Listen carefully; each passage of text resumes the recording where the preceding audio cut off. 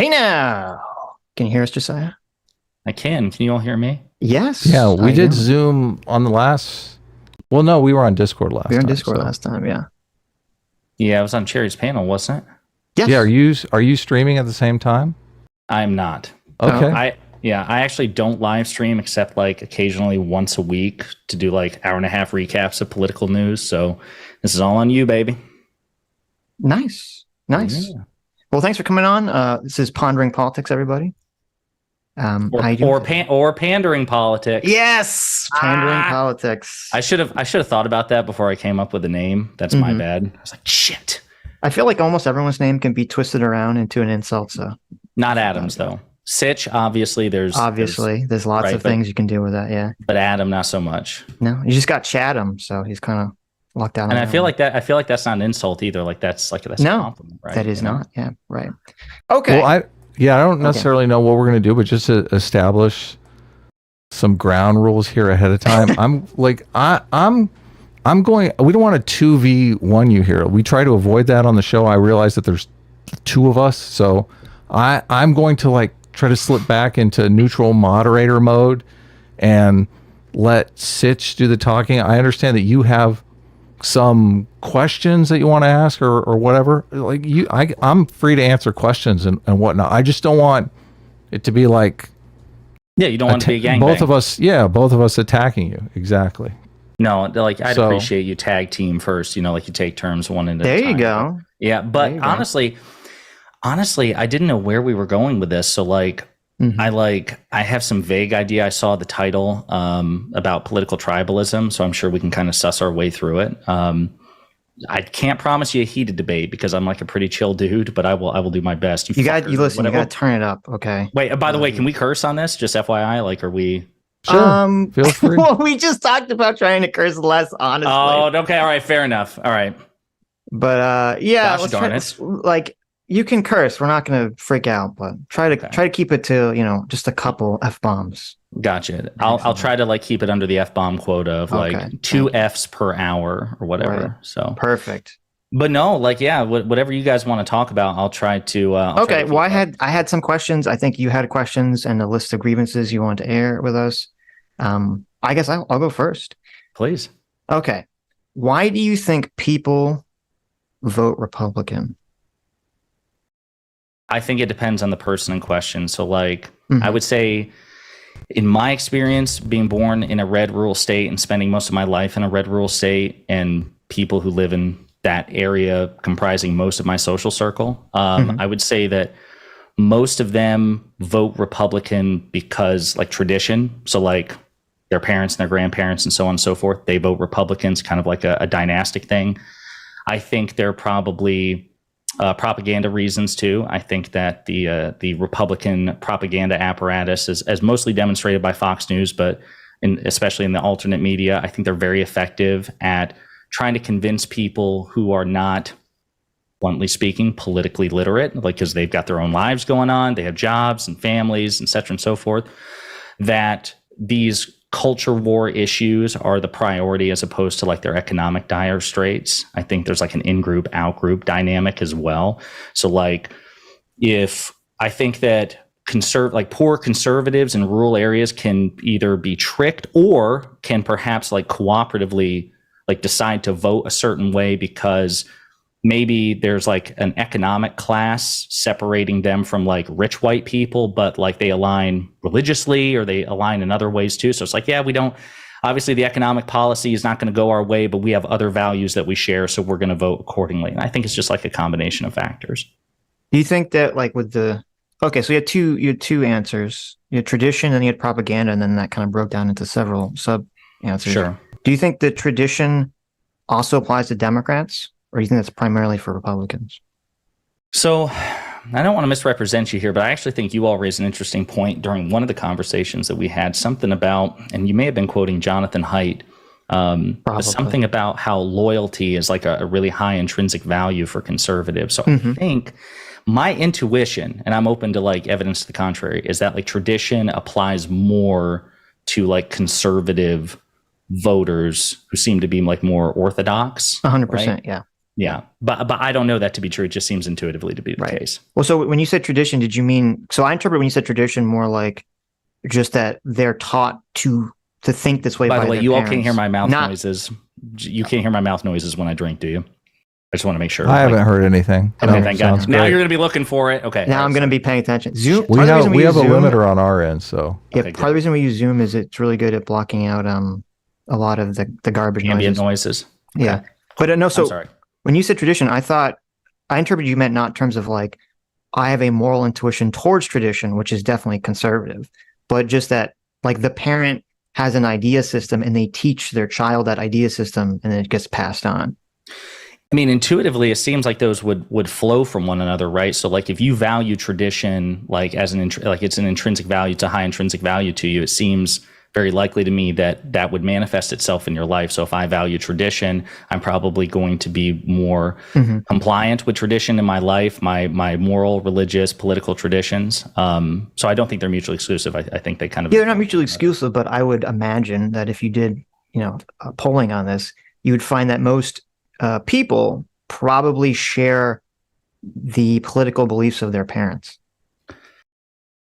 Maybe. I think in general that's probably true. I just would expect that phenomenon to be more prominent on the right than the left. Because I'm a good example. Both my late mother was conservative. My father has gotten more conservative as he's gotten older. Right. Like he has a history of bipartisan voting. So he voted for President Clinton, I think, in 2 terms, Obama for his first term, then voted for Romney, then voted for Trump, and then voted for Trump again. Wow, that's very interesting. That's why did he switch to Romney? All right, brace yourselves. I'm sure you've heard this before, but my dad thought that the ACA, like the Obamacare, was like an abomination. Like, so he's actually no, but for real, it's so weird. So like, Dad is my father is devoutly religious, and in the off chance that he's watching right now, I'm going to keep my religious views completely mum. But So break his heart. No, for real. Like he is one of those. He is so devoutly religious that if he believed that I were atheist or agnostic, it would shatter him. Like he would still love me, but he would like never sleep again. So anyway, like as he's gotten older, he's gotten more religious. He's also gotten wealthier as he's gotten older too. And so like he views his wealth as not that he subscribes to like prosperity gospel or anything like that, but like a reward, like for God's favor, because the more pious he's become. Right. And he also lived in abject poverty in his youth and for most of his life. And so when Obama dropped the ACA, like in principle, Dad supported it. He was like, well, of course, this is something Jesus would approve of, taking care of the sick and the infirm. But then he got his insurance premium as a result from the ACA, and he was like, fuck that, or sorry, F that. And so he was like, I'm going to vote for Trump in 2016, or whoever the Republican is in 2012, and then and then in 2016. So it's kind of ironic because Romney obviously had his version of the ACA in his state. 100%. Yeah, I think to bring up. I think that actually the ACA probably had more in common with Romney Care by far than anything like that Bernie Sanders wanted. I mean, it was directly, I believe it was directly taken from the plan. Right. But no, so wait, with your father, before he voted for Clinton, did he vote Republican? Did he vote for Reagan and Bush?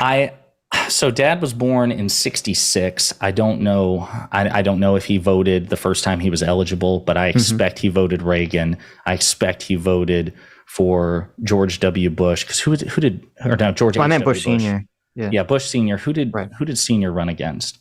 Was it Quayle? No, that Quayle's his vice president. Yes. Okay. So I don't know who he voted for in like 88, 89, but he voted for Clinton, I know, in his first election and second election. Was it Dukakis? Was he the Michael Dukakis? That could have been it. Yeah. So he was all over the place, dude. Okay. Yeah.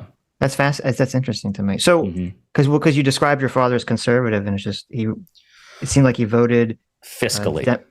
So he's socially to the left, fiscally conservative. Yeah, relatively speaking. My dad's the kind of guy, like, again, because he's devoutly religious, he personally doesn't support gay marriage, but I think he has this really. He's fascinating. You should get him on sometime. Maybe we can pull that in. You'd have to be like, your son is the most devout Christian we have ever encountered in our lives. Like it's incredible. No, I'm gonna say your son needs to be saved. Okay, we need to bring him back into the fold. No, that would kill me, man. That would be the ultimate gut punch. But he what's interesting is he has this like internal sense of separation of church and state. So he personally opposes gay marriage, but he doesn't believe that the state should legislate on that. So like when gay marriage became the law of the land with, Obergefell in 2015, like dad didn't care. It's like, okay, like personally, I'm religious, so I don't support it. I wouldn't want my church to be forced to officiate a gay marriage, but I mean, it makes sense. America's for everybody, including atheists, including gay people. But for economic reasons, he is more conservative as he's gotten older. So do you think, because you gave the two answers you gave me for why people were Republican was tradition or propaganda, do you think that applies to your dad too? So my be careful, he might be watching. I know, Dad. No, Dad, listen. I love Jesus so much, Dad. No, it's definitely an interesting dynamic because my grandmother was a lifelong Republican until Trump. Like she has a very rose-tinted perspective on like George W. Bush, like how as we've gotten away from President Bush's presidency, like more and more people are coming, he's a war criminal. And there's actually like maybe a credible case to be made that's the case. I haven't dove into it very well, but he's a statesman. He was a well-meaning man. And then the same with Romney, he's a statesman, like he worked bipartisanly with a Democratic legislature. He's a statesman. Then Trump comes along and she's like watching Rachel Maddow. She binge watches Rachel Maddow all the time and she hates Trump like ferociously. So I think that Dad was kind of an exception. I think that Dad kind of broke the mold. But to be honest with you, I don't know my entire, like my grandmother's. Right. No, but why do you think your dad, I mean, did your dad fall prey to propaganda? Like, why do you think he is a Republican now? Or was? Well, he was very matter of fact. It was for economic reasons. Like what's interesting about my dad is he's super candid for his reasons, even if his reasons seem to contradict. So like, as I mentioned in, I think in our prior conversation, generally speaking, I don't have much respect for Republican fiscal policy because I don't think, generally speaking, it produces good results. Most of the poorest, least educated, most federally dependent states in this country are Republican. So I think that Republican fiscal greatness is a myth. But Dad doesn't really buy into that per se. It's about what affects his wallet. So he'll concede, like Clinton, for example. It's the reason he voted for Clinton a second time. He's like, Clinton's economy blew all the others out of the water, and that was a Democrat. But when it came to his wallet and his personal finances, he's very forthcoming. He's like, I'm a self-interested voter. The ACA was bad for me. He got into a certain income bracket where the threat of higher taxes was bad for him.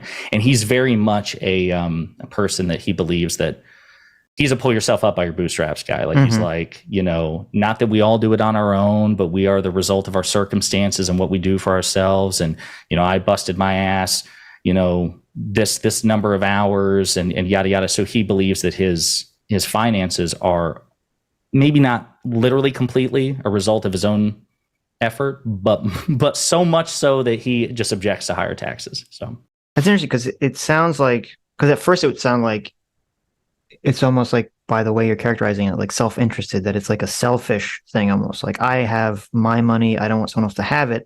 But then it kind of enters into the realm of a fairness question. Like, well, I worked hard for this. Why should I help someone who presumably isn't working as hard? Yeah. So what's interesting there again, if you ask him, it depends on the day. Because I remember we were driving back to my home state where I was born and where he grew up for my grandfather's funeral. So we had plenty of time to talk politics. And my dad is like the only one in my family who will watch my channel, youtube.com/Pondering politics.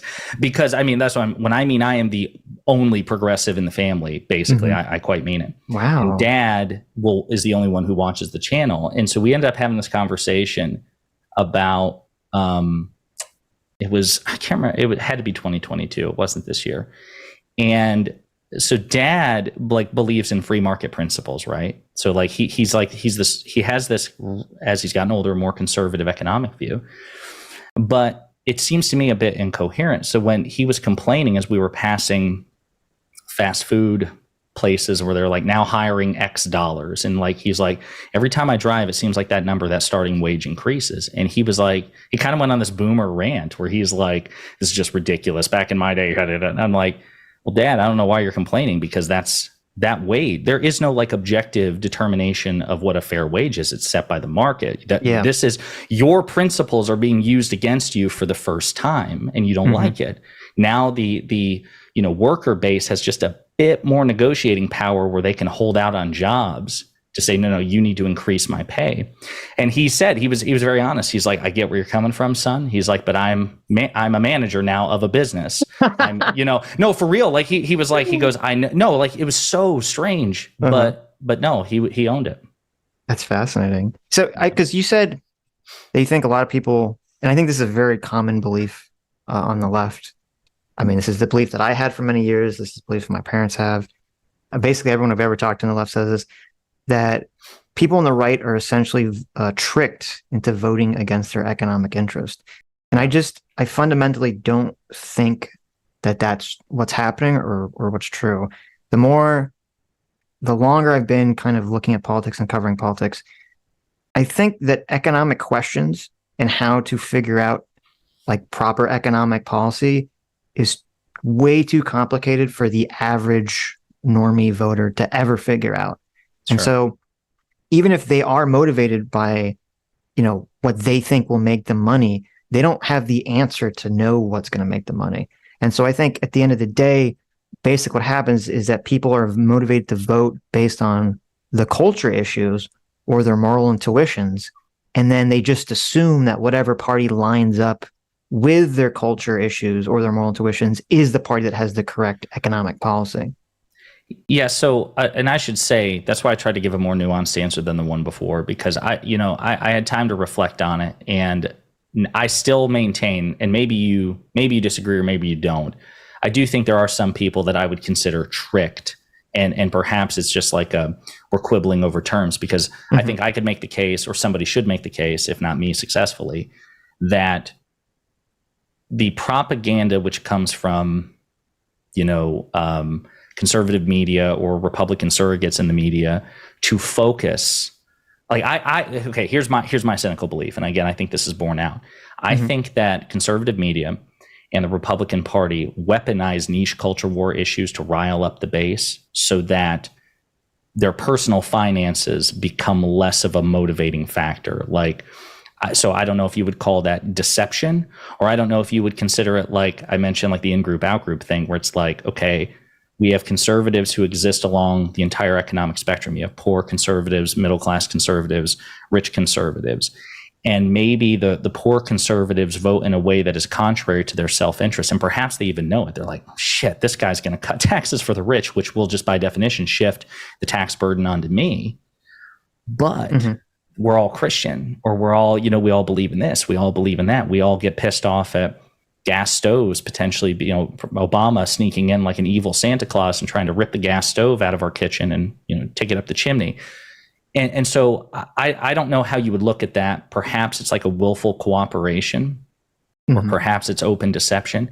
But to me, I think it clearly runs contrary to like a rational actor notion of decision making. Because to me, it's like, if you're focusing on these culture war issues, which affect you at best in like an abstract, distant way, instead of your personal finances, I don't know. So maybe we're quibbling over tricked or. Yeah. I understand. Yeah. What do you think? Like, right. Do you think there's anything to that, or? Well, there's two things that I'll say about that. So because just to be clear, you're saying you think that people voting against their economic interest in favor of culture issues is them acting contrary to being a rational actor. I think so. Yeah. Okay. Yeah. How come Democrats constantly vote against their economic interest if they're middle class and up? In what way do you think that they're voting contrary to their interest? Higher taxes. I think rich Democrats would run contrary to their self-interest in terms of economics, but I don't know about, number one, I don't know about middle class. I would need to like consult the data if Democrats raise taxes on the middle class. Like usually, like President Biden's a good example. He wants to, raise taxes on households with $400,000 and not a penny below. That's not middle class. I would certainly agree with you. I'd totally cop to it that if you're a rich Democrat, you are voting contrary to your economic self-interest if you vote Democrat because they Right. want to tax We'll you. just say we'll cut off at upper middle class. We'll say upper middle class and rich Democrats. Why are they voting Democrats? I think because they have different priorities, which are more rational because they can afford the tax hit. So like that's where I think you're going with this, and that's what I would say. It is more understandable and more rational for a well-to-do Democrat to go, you know what, I'm still going to vote Democrat because even if they raise my taxes, I can take the hit and still live comfortably. Whereas that's not the case for poor conservatives voting Republican. Yeah, it's to me with the quote poor conservatives voting Republican, I think it's just, again, as I said, the notion that I just don't think people vote based on economic policy because I don't think they understand it. I think I think that's part of it. Their culture issues. And I think with the Democrat, like with the upper middle class and rich Democrats, I wouldn't call them irrational for what they're doing. I agree with you that they just have different priorities. But I don't think it's so simple to just simply say that the Democrats have the monopoly on economic policies that help, poor people, because obviously a big issue that has always come up, which the right always pounds at, which the left kind of used to be in favor of, was immigration was pricing out lower income earners and lower wage jobs. So to be clear, I'm sure you, well, number one, my understanding is that immigration, even undocumented immigration as a whole, is a net positive towards like the economy. Number one. It is. Yeah, but that's not what we're talking about. We're talking about individual people, whether they get priced out of the job market. That might help the economy overall. Right? So I would, let me think about that, because again, that intuitively sounds true. But I would also say that, again, when I say that Democrats are better on fiscal policy, I think I'm sure you can come up with examples where that's not true. I would just say in aggregate. I'm just talking about like welfare programs. GDP, right? Yeah, Right, GDP. Yeah. Well, no, even in general, just like economic prosperity. Right. Democratic administrations create more jobs. That's a fact. GDP growth is twice as high under Democratic administrations than Republicans. That's a fact. On every major economic metric, if we take it to a national level, the economy is better when Democrats are stewards. Now you can. Well, I don't know if that's true, but. And we can, after the conversation, I can dig up my sources and send it to you. But wait, I think we're talking about two different things, because we were talking about not really like who's better for the economy overall. It was more like who is, why are people voting Republican that are poor? Like they're not doing it because they think like, the Dow is going to go up, right? It's because they think in their, under what you were saying, in their life specifically, they would accrue some kind of financial gain. Well, I don't think so. The signals that Republicans get, as I understand it, talking to Republicans about fiscal gain or financial gain, is that they point to these broad economic indicators. And if you look at on a more personal or intimate basis, I think there's no evidence that Republican policy does poor Republicans in West Virginia or Alabama or Mississippi any favors. There is the absence of evidence of that, I think, overall, unless I'm mistaken. It's entirely possible there are sources with which I'm not familiar. But if we're talking about poor Republicans making an informed decision based on their, what's in their economic self-interest, I'm going to boldly say there's very little to no evidence to indicate that they are voting rationally by voting Republican. I think if their interest is economic as opposed to being moral and cultural, which is my position. Right. And I agree that different priorities, and that's one of the things I said in the beginning when you asked, as I think that they have been led to believe, either like I think that in some cases or in many cases their priorities are different, that they prioritize culture war issues over personal finances, either because I think almost everyone does. Even if they don't realize it, I think that's what they're doing. You can make that case with me. You might be able to make a persuasive case. But since we were talking about the finances, I just want to make it clear because it seemed like the conversation was moving that no, actually Republicans do, like poor Republicans do have a good factual basis to make their votes based on personal finances. Oh, no, I was just saying that's not what I'm saying. I'm not, because I'm not a big fan of a lot of Republican economic policy either. I was just saying that I don't think it's as clear cut as to say like every single policy that the Democrats advocate for is going to help, working class or lower income people, and every single policy Republicans advocate for is going to hurt them. I mean, obviously we're seeing right now too, especially with all the crime problems in the cities, that's definitely really harming, lower income neighborhoods. I agree that not every Democratic policy is going to help. I'm just saying in aggregate, it is a fact. Sure, I understand that Democrats have a better record, and I don't think you would dispute that. I would probably not. No, I would probably agree. Yeah. Because you're a Democrat, and at the end of this conversation, by the Democrat, way, yeah. you are an enlightened, genius Democrat, much like Adam. That and at is the end true. of this conversation, I'm making the case that you and Adam will publicly declare that you will vote for God Emperor Joe Biden in the 2024 election, in the primary and in the general. There's going to be a public commitment. Everybody, Sitch and Adam audience, be paying attention. It's going to happen at the very end. Well, that could happen if depending on what happens, if some Trump becomes like really unhinged, or let's say more unhinged. Wait, more unhinged? Maybe I was about to say, whoa, right?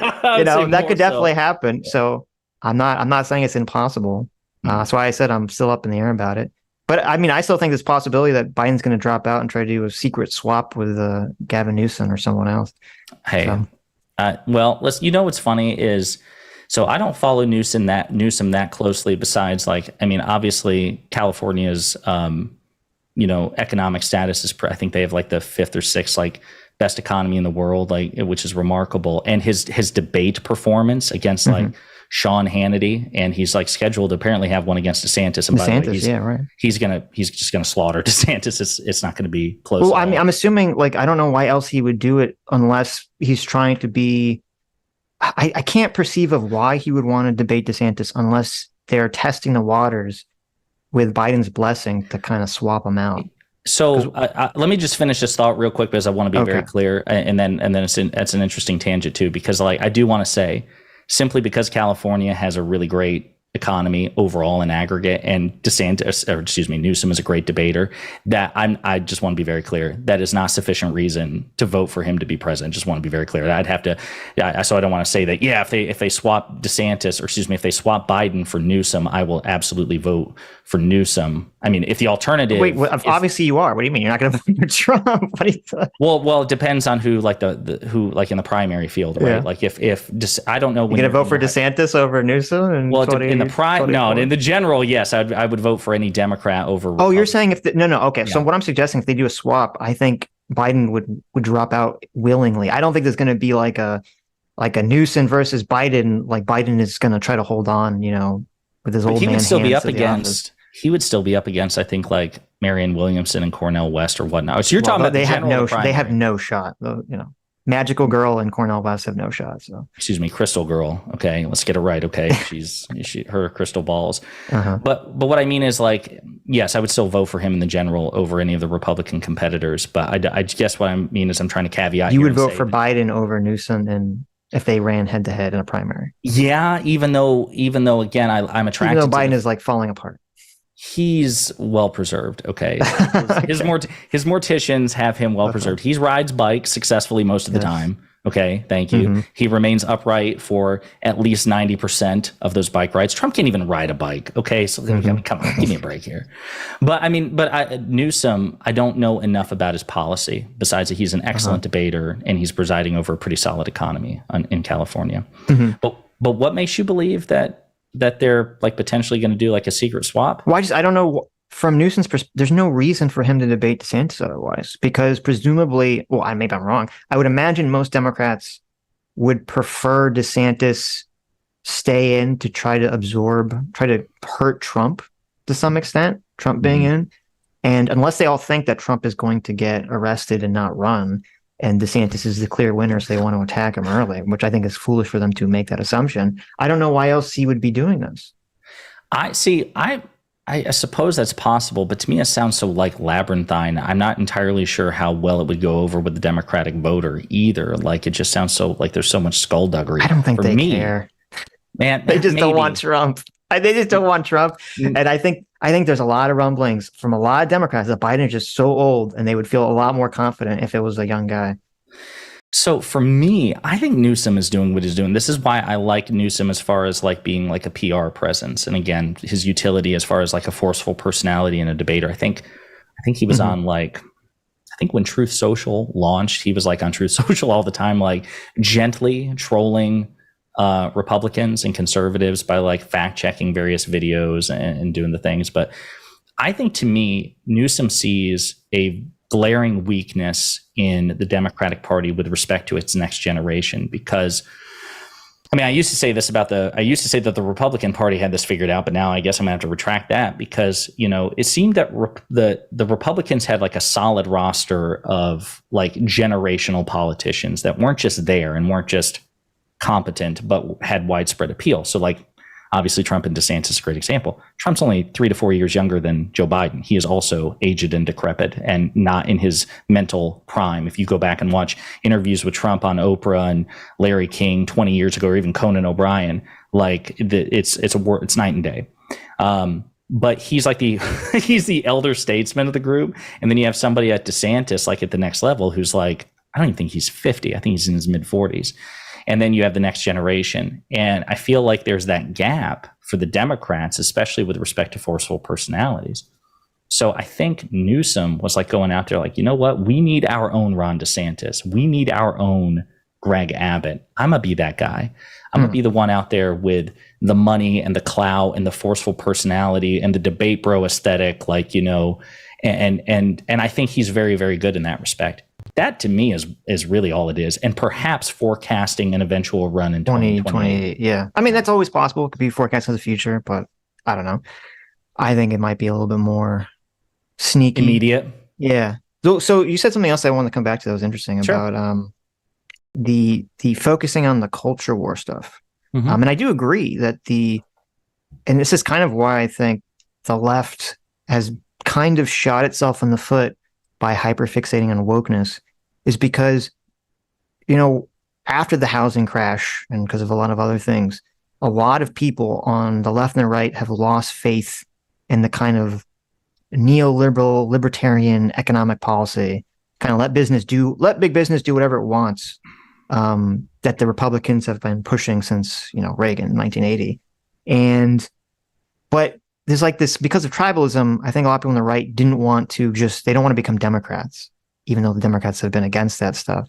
And so when Trump came along and kind of has this populist energy that he's been kind of riding the wave, you see a lot of people on the right are against the kind of old-fashioned conservative principles on foreign policy and on economic policy, and are in favor of reining in big business, especially because big business right now is seen as like an ally of wokeness.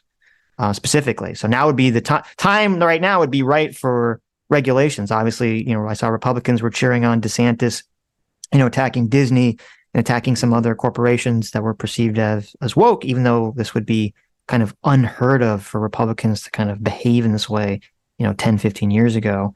And I think because there is this divide in the Republican Party kind of between the economic conservatives and the social conservatives right now, that's why there has been, and I agree with you, that's why there has been this kind of hyper fixation on the Republican Party on culture war issues and on woke issues, is because that's where the common ground between these two factions lies. And I feel like the Democrats they allow it, they play into that every time by just being woke, instead of just saying, you know what, we need to go back to liberal principles instead of this kind of woke illiberalism and just throw this stuff in the trash. Yeah, so I guess that word has been, it's almost like the word fascist, where like in many cases it just has no meaning. I mean, it does have a meaning. You're talking about woke. Yeah, exactly. But I mean, like, I would need to know specifically, like, not to put you on the spot, but like examples of what you mean where they've gone too far. Yeah, so like, okay, we watched on Sunday, there's a really good debate between Coleman Hughes and Jamel Bowie, who's a New York Times writer. And the debate was on, is colorblindness, does that perpetuate racism, or is it a good way to fight racism? And to me, colorblindness and the goal of colorblindness is kind of like a key point of liberalism. You know, liberalism, obviously, the ideas of the Enlightenment, the ideas that our country was founded upon, that, you know, we are individual people, and as individuals, we have, you know, inalienable natural rights, whether they're given to us by God or nature, however you want to conceptualize it, you know, that we all have the right to, you know, life, liberty, pursuit of happiness, pursuit of property, yada, yada, yada, all these good things that we kind of consider classical American values. And, you know, the Democrats and the left have been kind of championing these liberal values for some time. And then the way that I characterize wokeness is this idea of wokeness I characterize as illiberal left-wing views. So anything that's kind of rooted philosophically from a point in Marxism or socialism that comes in and says, individual rights are actually a bad way of conceptualizing things because they divide us. We need to kind of look at things in a more group-oriented statement. Colorblindness is bad. That just perpetuates the systemic racism. We live in a white supremacist society, blah, blah, blah, blah, blah. And so on one hand, like, I understand why you're asking me, like, what do I mean by woke? But on the other hand, it's frustrating because whenever I've asked someone this question, they all acknowledge it. Everyone sensed that like around 2014, 2015, the left changed. Like everyone knows that happened. And so it's like, why did that happen? What is that thing? That's what woke is. It's that change that it kind of occurred in 2014, 2015. And to me, I think if you dig into it and really understand what's happening, it's because the philosophy is based on illiberal principles that stem from some kind of Marxist ideology. So unfortunately, like for a lot of this, you're gonna have to hold my hand through because, like, full disclosure, okay. And if you look at my channel, this is a good example of it in my other debates.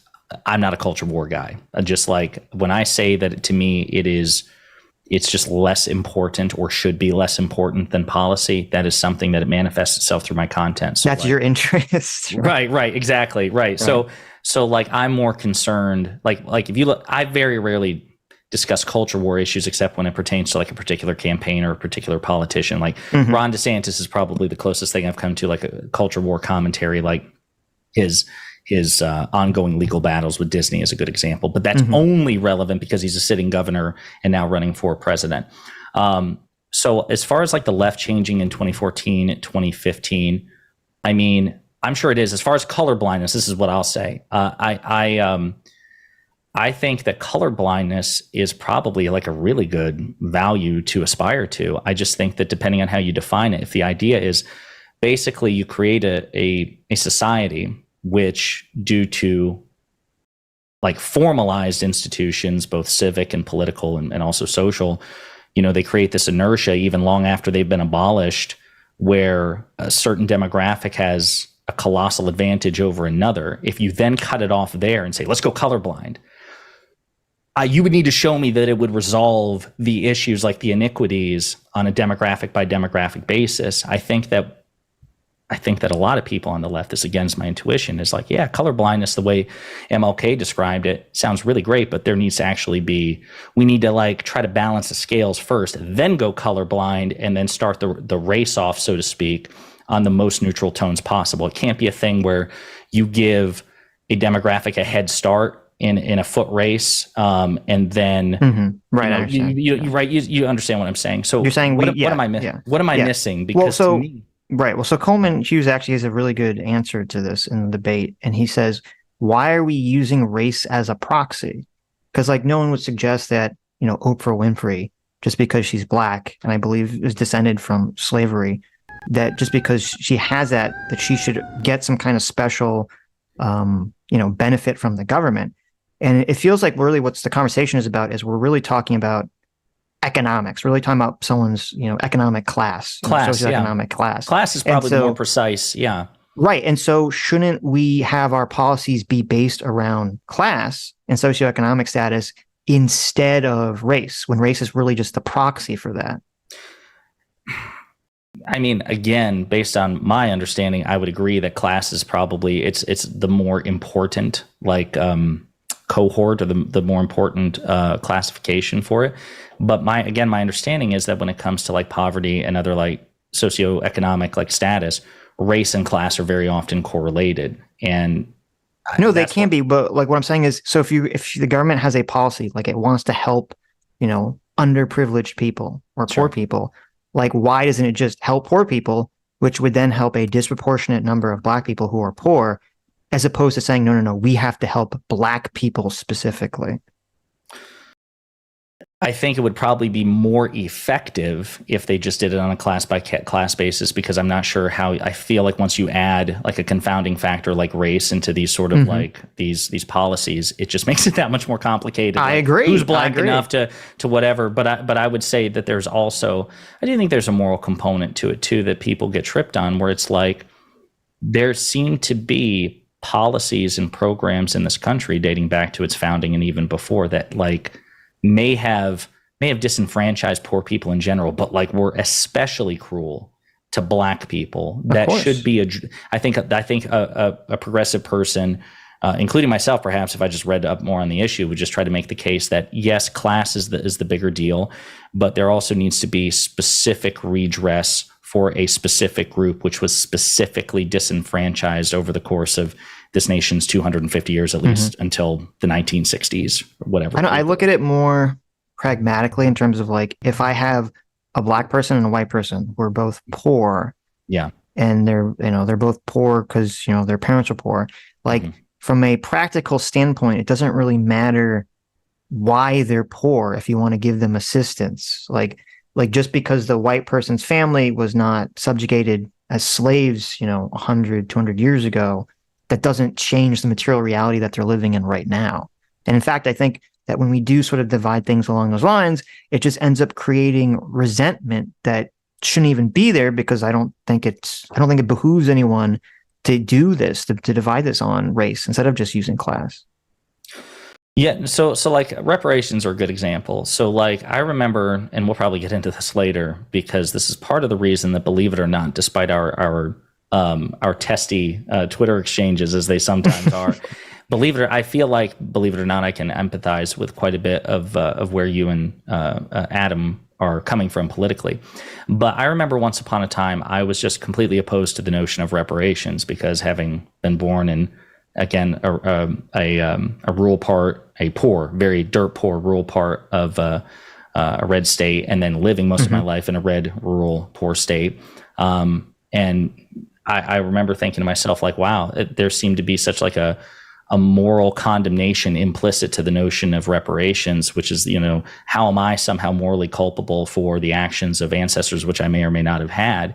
And then over time, what I've realized is I don't think that there's like an implicit moral indictment. There was just the government screwed these people like for centuries, if not decades, in one form or another.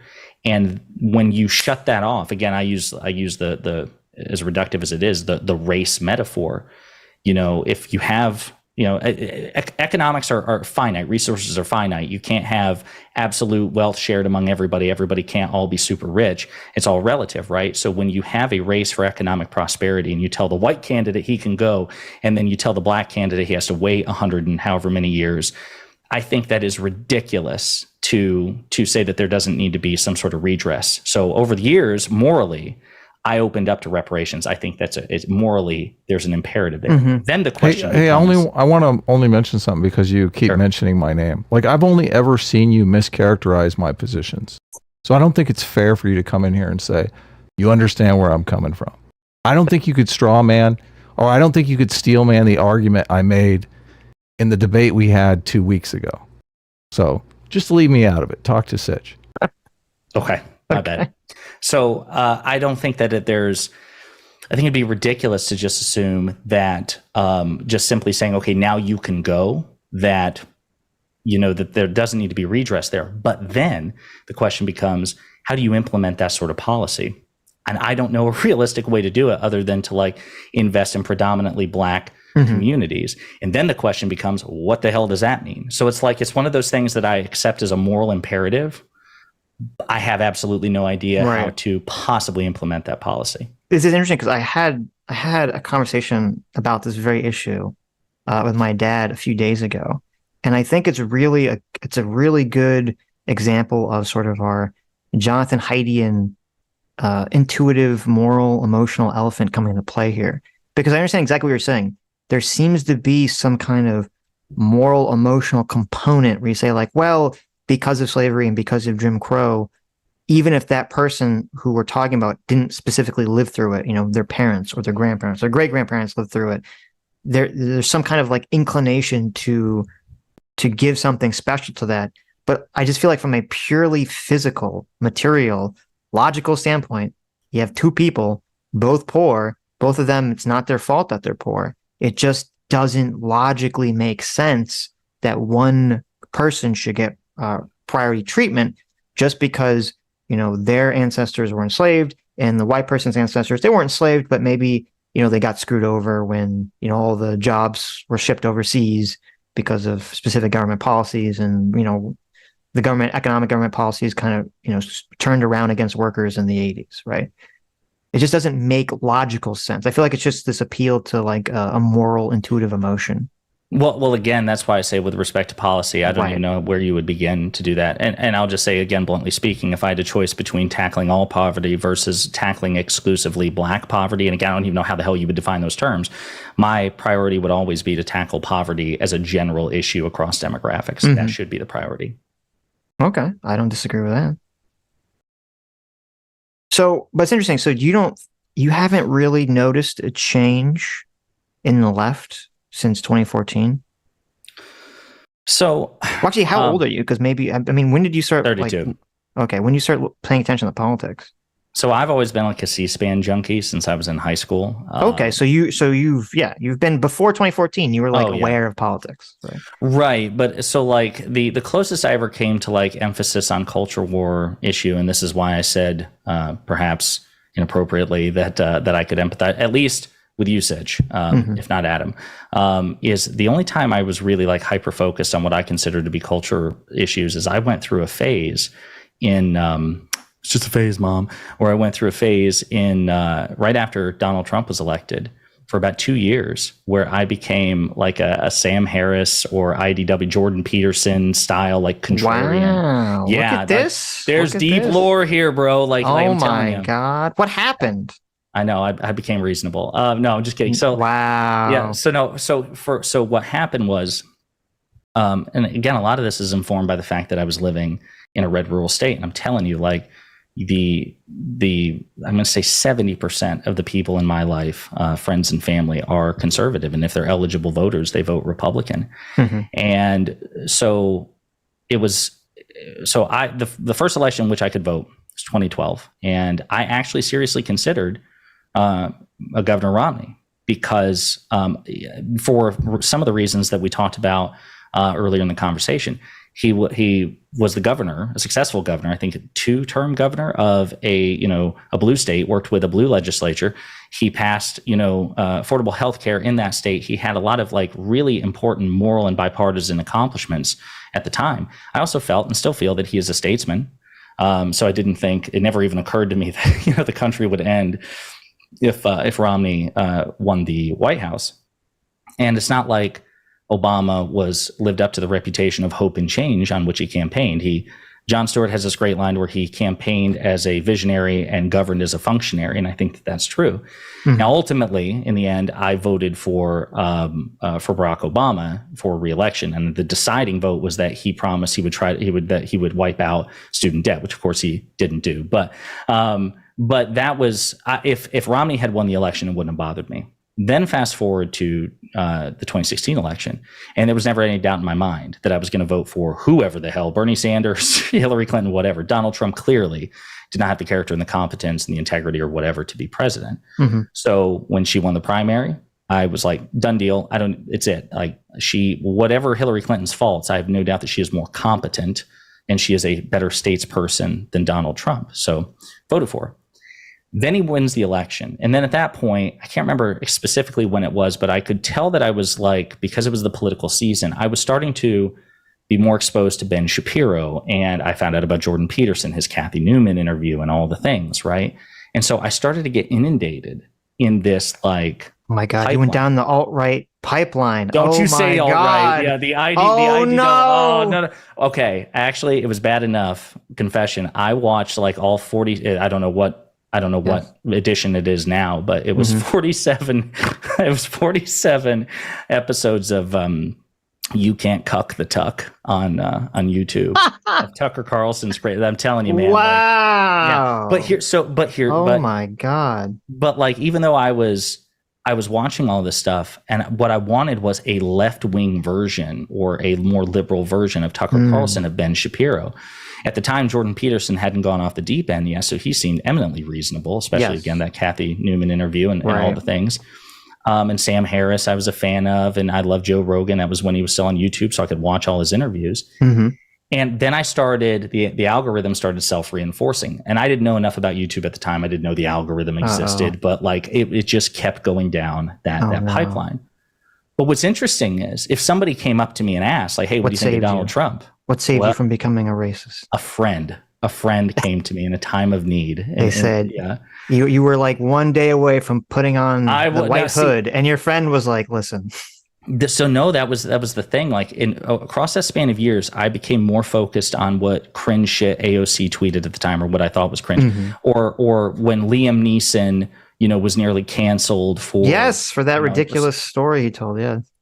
So 100%, I was so fixated on it, and I remember a friend and I went for coffee, and he had a coffee, and I had like a hot chocolate because I don't drink coffee. But he is also involved in politics, and he said that he was like, "Listen, are you voting Republican in the next election?" I'm like, "Jesus, no! Why would you say that? What is wrong with you?"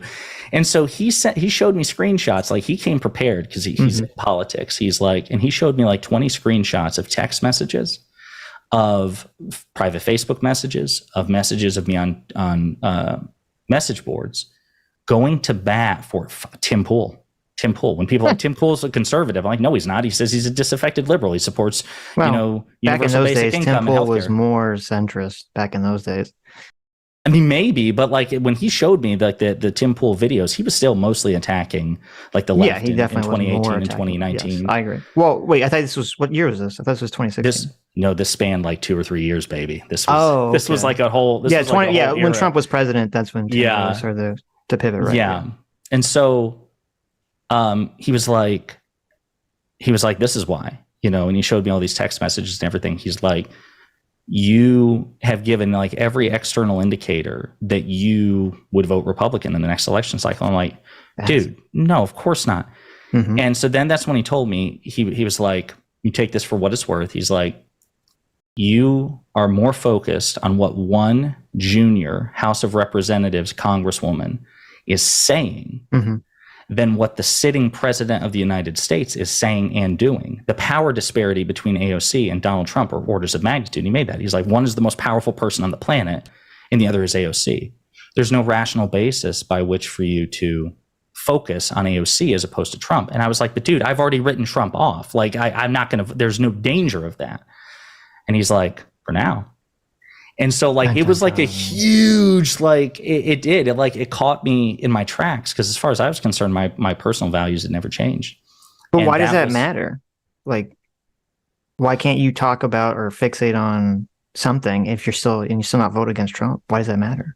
Because and he made the case, and I believe this. I think that as like finite creatures, as creatures of like finite talent, effort, energy, focus.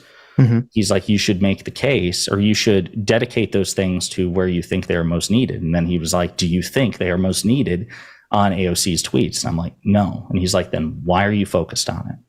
And so what motivated you down this pathway in the first place? Jordan Peterson, get your own house in order before you criticize somebody else. No, but I mean, like, did you, because you were saying, because the question that started this is very interesting, this kind of this journey you've gone on. I know.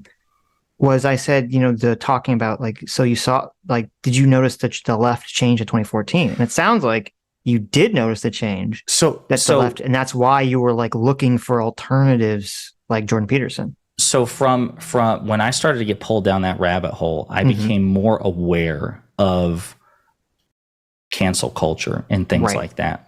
But that's what I mean, where I can't say that it was a change, because that shit may have been going on in the background while I was, again, binging C-SPAN in high school and in college. You just didn't realize if it could have been. Right. Because, and the reason I say that, Sitch, is because it had to be reminded of me, or I had to be reminded that conservatives have also engaged in cancel culture. And again, I grew up in like a red rural state. So like, I just forgot about the Dixie Chicks, or the Chicks now, like they ceased to be, or Bill Maher's first show, Politically Incorrect. Yes. Like, that's what I mean. Like, getting in this like pipeline reframed what I was looking for and what criteria, because those figures that I talk about, Tucker Carlson, Ben Shapiro, and others, they may not come out and say this, but and perhaps you would disagree, perhaps you wouldn't. I think that they try to make the case that cancel culture is something that the left does and that the right is above. And I don't think that's true at all. Oh, Tucker, yeah. I mean, well, first of all, I think Tucker is an inherently dishonest person, so I'm not a Tucker But you fan. haven't seen all 47 volumes of You I Can't have Cut the not. Tuck, No. so yeah. I've never been a Tucker fan ever. But it's, well, no, so the reason that's just it. So when I say like what woke is and how it's illiberal and rooted in Marxism, like you should have a pretty strong understanding of what I'm talking about if you listen to Jordan Peterson for like 2 years, because he talked a lot about, postmodern neo-Marxism and kind of the philosophical development of these illiberal woke ideology that's kind of sweeping through the left. Yeah, but once what I feel like the spell was broken, I'm not. I never bought into the postmodern neo-Marxism thing. I bought into like his self-help and his like. Well, but even if you didn't buy into it, you know what it means, right? You understand the argument. I do Okay. understand that. Yeah, Okay. I'm not entirely sure that it manifests the way that he says, especially since I no longer follow him. That's even when you were following him, you didn't think that was going on? No, because again, like my issues were more like, okay, it was a broad prescription at the time, or I understood it to be a broad prescription at the time or description that there are elements of the left that do not want to hear the opposition, that want to wield certain powers, if not the state, then certainly against like the power of the market, like, going and exposing a person's Twitter history, et cetera, and so forth, boycotting the latest Liam Neeson film, things like that, that there were elements of the left that were inclined to do so. And as far as I'm concerned, yes, that still exists, but that's all that Jordan Peterson and I ever agreed on, with the idea that postmodern neo-Marxism is infiltrating things. Like I never bought into the idea that, because I don't think he demonstrated it sufficiently, that postmodern neo-Marxism was infiltrating colleges, for example. He would gesture broadly in that direction, but I didn't see where, conservatives were being like fired or that there were a couple of like instances. I remember one of a faculty, really big one. Yeah, a faculty member like dressing up for a certain thing for Halloween. But again, I'm thinking, well, there are thousands. Well, of no, colleges. that was even worse. It wasn't. It was a liberal person. Oh, I thought it was a student professor. dressed up. No, it was a student dressed up as, I don't even remember what it was. It wasn't even something intentionally offensive, if I recall. Are you sure? This was at like Yale or Stanford, at Ivy League school, and the student president wanted to have a ban on like these kinds of culturally inappropriate or cultural appropriation costumes. And there was a teacher who basically said, this is kind of BS. Kids at college should be able to experiment. And that's what got him in trouble, was for basically defending the ability for kids but the teacher didn't dress up that way. Okay, no, they didn't dress up as anything. Gotcha. Yeah. But again, my thought was, this is one instance out of thousands upon thousands. I don't know if it's fair to say, because I went to college, and I went to college in a red. Yeah, but you and I went to college much before a lot of this stuff started to creep up. I graduated in 2013, so so I guess you were on the tail end. I'm older than you. Yeah. So. Yeah. So no, that's why I mean, like, I never fully bought on to some of the broader claims, but I was sympathetic enough that I'm thinking, okay, at least on the fringes, there are at least some credible instances of the left going too far. And my thought process was, I need to focus on this and kind of help rein it in, such as I'm able to with my limited capacity in my personal life, on message boards, on the internet. I wasn't on Twitter at the time, but like, that's where my focus needs to be, not because I am conservative, but because I want to keep the left as pure as possible and not like have these authoritarian tendencies or whatever. I want to keep them from going too far. Right. You want to keep the left from descending into authoritarian, anti-liberal garbage. Yeah. Well, I mean, I'm sure, did you follow any of the Evergreen stuff? Because that was kind of like the prime example. The Brett Weinstein stuff? Yes. Yeah, I mean, that was totally insane. Hey, we're coming up on an hour here, guys, and I just like, can we structure the conversation a bit? We're just kind of meandering. I don't exactly. What are we talking about here? Well, what is the goal of this conversation? What I wanted to talk about now was sort of, because it sounded like Josiah was saying that he doesn't believe or buy into the idea that there is like a woke problem in colleges or in society. And that's not well. To clarify again, there are instances. There are absolute evergreens. If I remember correctly, Evergreen was the one where Brett Weinstein was. They protest his classes because he didn't want to have like all white people leave campus for a day or something like that. Yes. Yeah. Yeah. So Yeah. But no, it wasn't just a protest. Like it got like insane. Like they were literally the students like basically created a riot where they were barricading the staff of the college in a room and not letting them escape or that's leave bad. the room. 100%. You know, they were holding people somebody looking, hostage. Yes, it was like they were looking for. They were Look, like looking what I'm for saying him here, with bats. Sitch, there's no claim on the table. He's not making any claim that wokeness is not a problem. What sound like? Are you saying? Well, no, I thought you were saying you don't think wokeness. Well, look, he's not making that claim. That's why I don't understand. What is the conversation that we're having here? Is wokeness a pervasive issue? There seemed to be a lot of disagreement that went on before this conversation. There was a lot of contentious disagreement on the last conversation. Now I don't know what we're talking about. Most of the contentious disagreement we have, I think, pertain to Trump specifically. As far as the woke stuff, if it helps kind of wrap this up, as far as my vantage point is concerned, I have no doubt that you can come up with many examples of where an over-aggressive, progressive, goes too far, tries to dig up through a person's Twitter history, et cetera, and so forth. I mean, I'm not even talking about this is, and maybe. Well, again, I just said with the evergreen. But I don't even want. I'm not even talking about in terms of like individual actions. There's a system. I know the left likes the word system. There's a system in place here. I mean, a good example to me was the Covington kid situation. It's kind of the perfect example of this. That was also terrible. Those kids were absolutely villainized for no reason. They were minors too, so like the visceral like reaction of some people on the left online, especially like I think there were like threats of violence or something like these kids should get their ass beat or something like that. It's disgusting. But to me, you don't think that's an example of kind of there's a pervasive wokeness that's existing in our society currently? I think that that's an example where there are some people that identify with the left as going way too far in terms of their reaction and in terms of their like immediate jump to judgment. About it was pretty broad though. It wasn't just a couple of people. It was like everyone, all the assumption in the media was these kids were horrible racists. Like everyone said that. If I remember correctly, CNN made like some reporting to indicate that the kid like the one kid in the hat like started the fight or whatever, and then they had to issue a retraction like a day later, and then they were the subject of a defamation. All the reporting made it seem like these group of evil white kids wearing MAGA hats surrounded some poor Native American guy and were being racist to him. That's what like all the reporting made it seem like that was what happened. I can't, because it's been like 5 years or 6 years. I can't speak to the extent that was reflective of all the reporting. I do know there was at least some critical reporting about that, at least initially, and that was absolutely wrong. And he was right to sue them for defamation.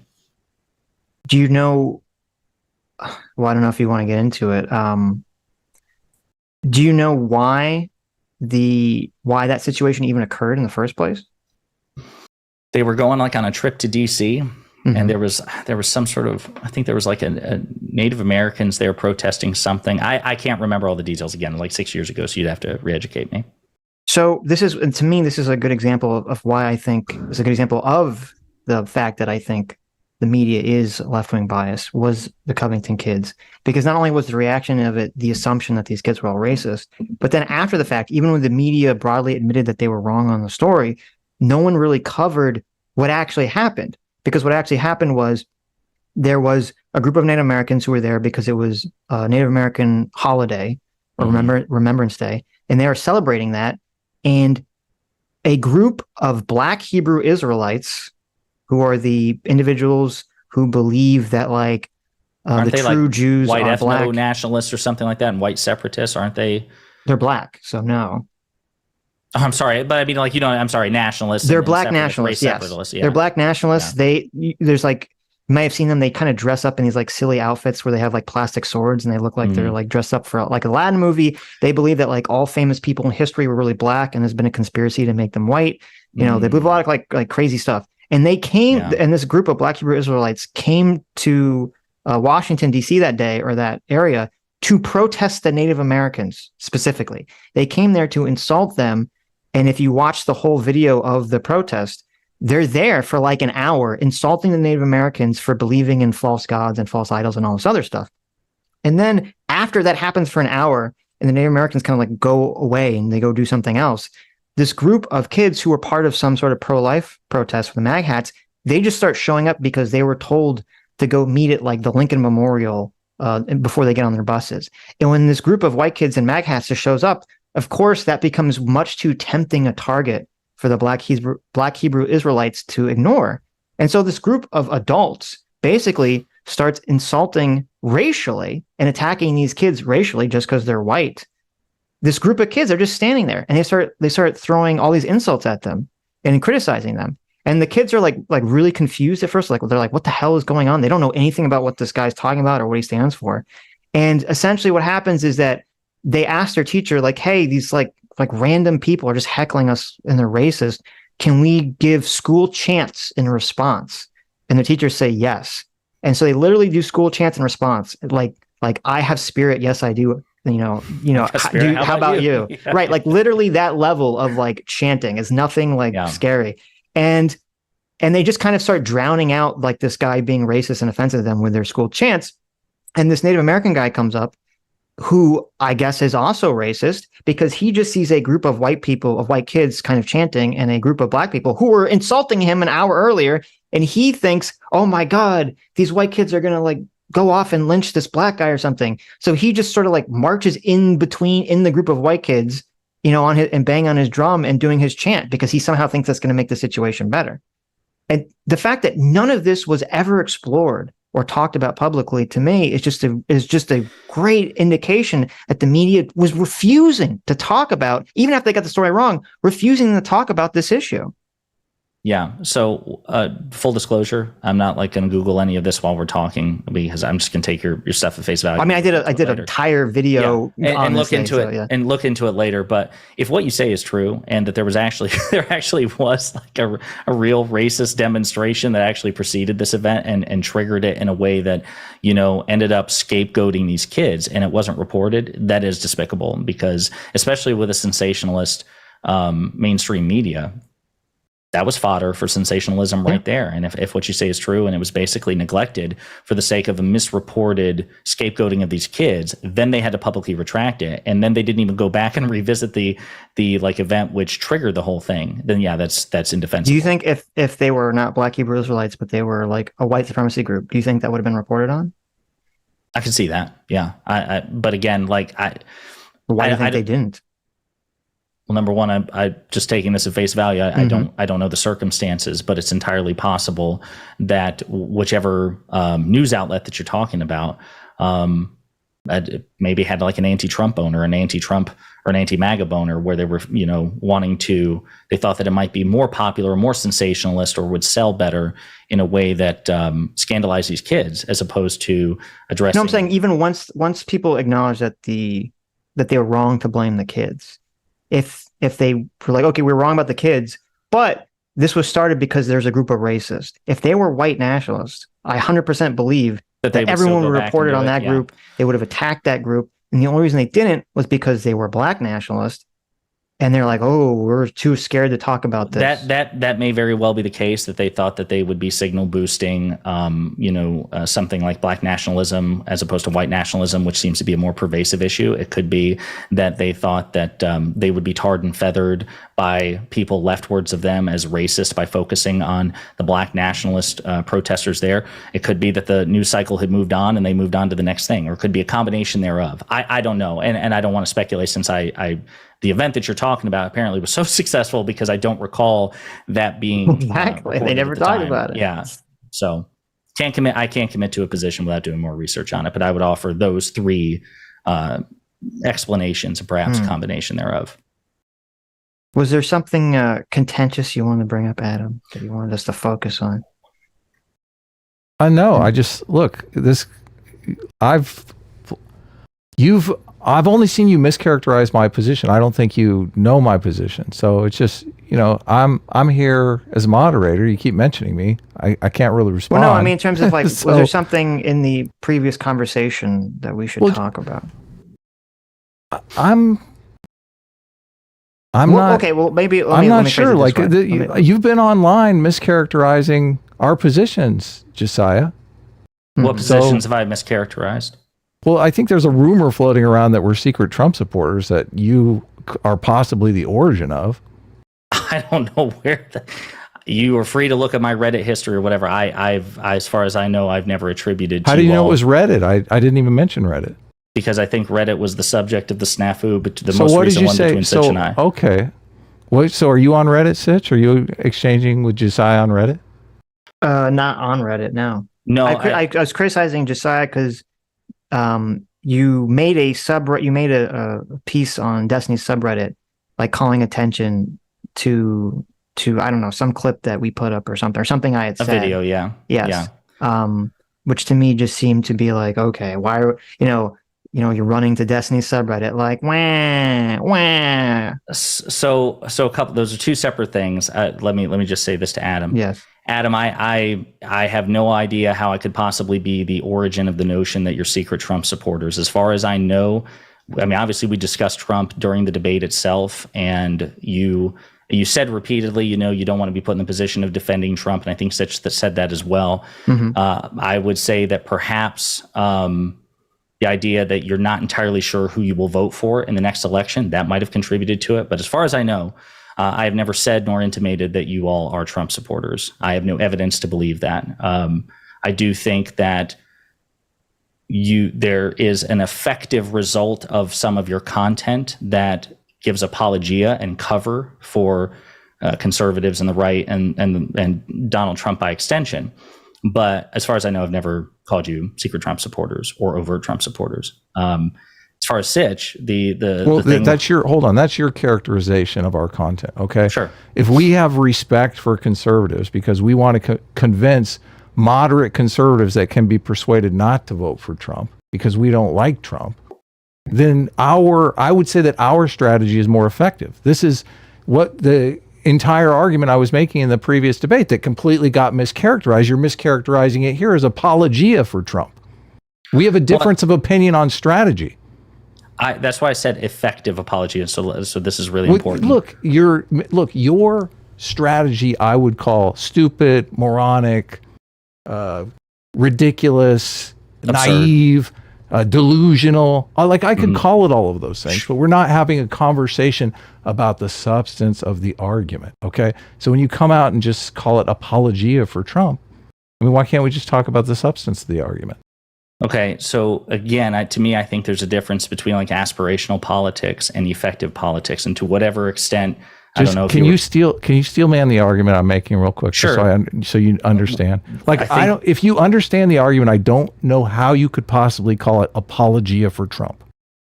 My understanding is that as far as like the sympathy to the Trump supporter position is that if you treat Trump supporters with more respect and grace, and also show that you're willing to, eager even, to criticize the excesses of the Democratic Party and the left, that will make conservatives... That's not part of the position at all. Okay. My understanding is that if you express sympathy and respect towards Trump supporters and their situation, that they might be more receptive to hearing criticism of Trump himself, that you will like bring them into your orbit that way. No, that's not the argument, but we can move on. Sitch, do you... Well, what is the effective apologia for Trump that we're doing, I guess? Because I don't even know what that means. Sure.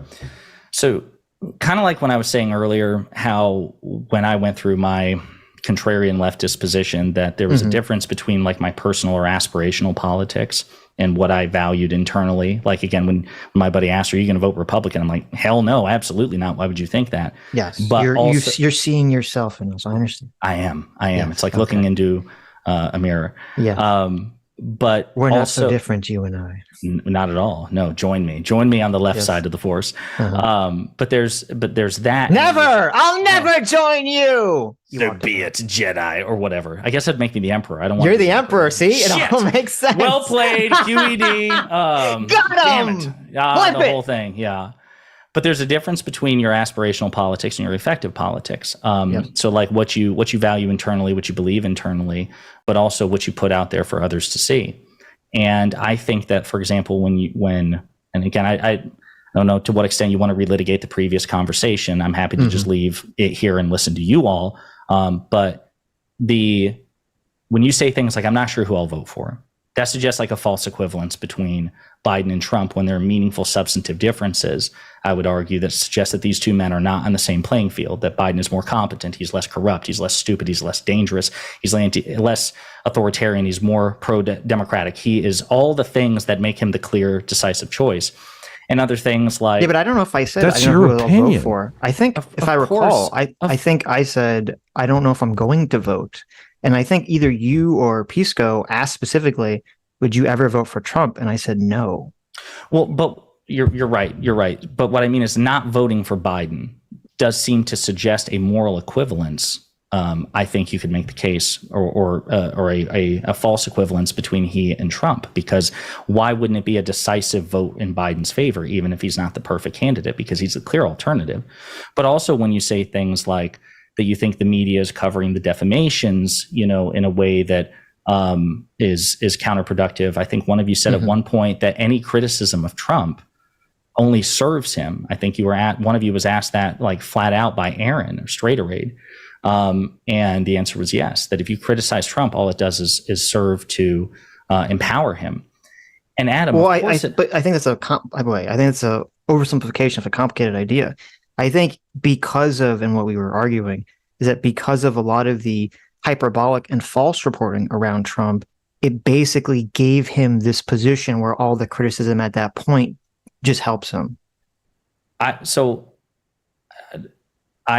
don't think that's a meritorious opinion, because number one, well, you can disagree with it, but how is that? It's not Republican apologia. Yeah, it's not apologia. Like you can just say, well, I don't think that's factually what's going on, but I just don't see how that's apologia. You don't see how it would be apologia to basically say, I don't know if I'm going to vote for Trump's alternative. Well, wait, we're talking about the reporting thing, right? Well, I know, but I was going to say in aggregate, because these things. Well, if I say I don't know if I'm going to vote, and then someone says, are you going to vote for Trump? Would you vote for Trump under any circumstance? And I say no.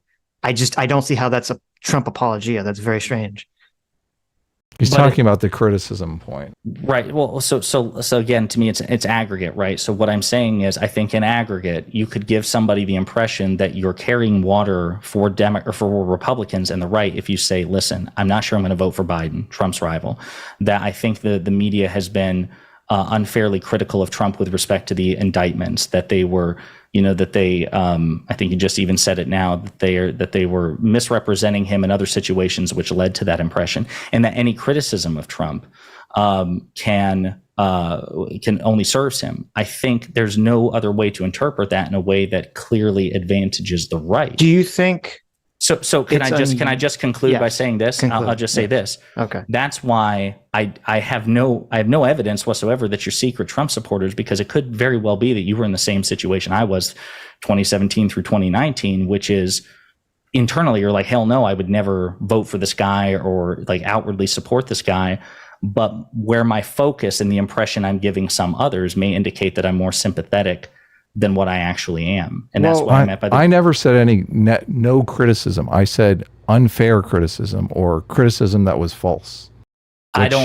Is a big difference. Sure. I don't have the clip on hand, but my understanding, if I remember correctly, it was Aaron saying, so are you saying any criticism of Trump, and I guess it was you, Adam, not Sitch, but is any criticism of Trump only serve him?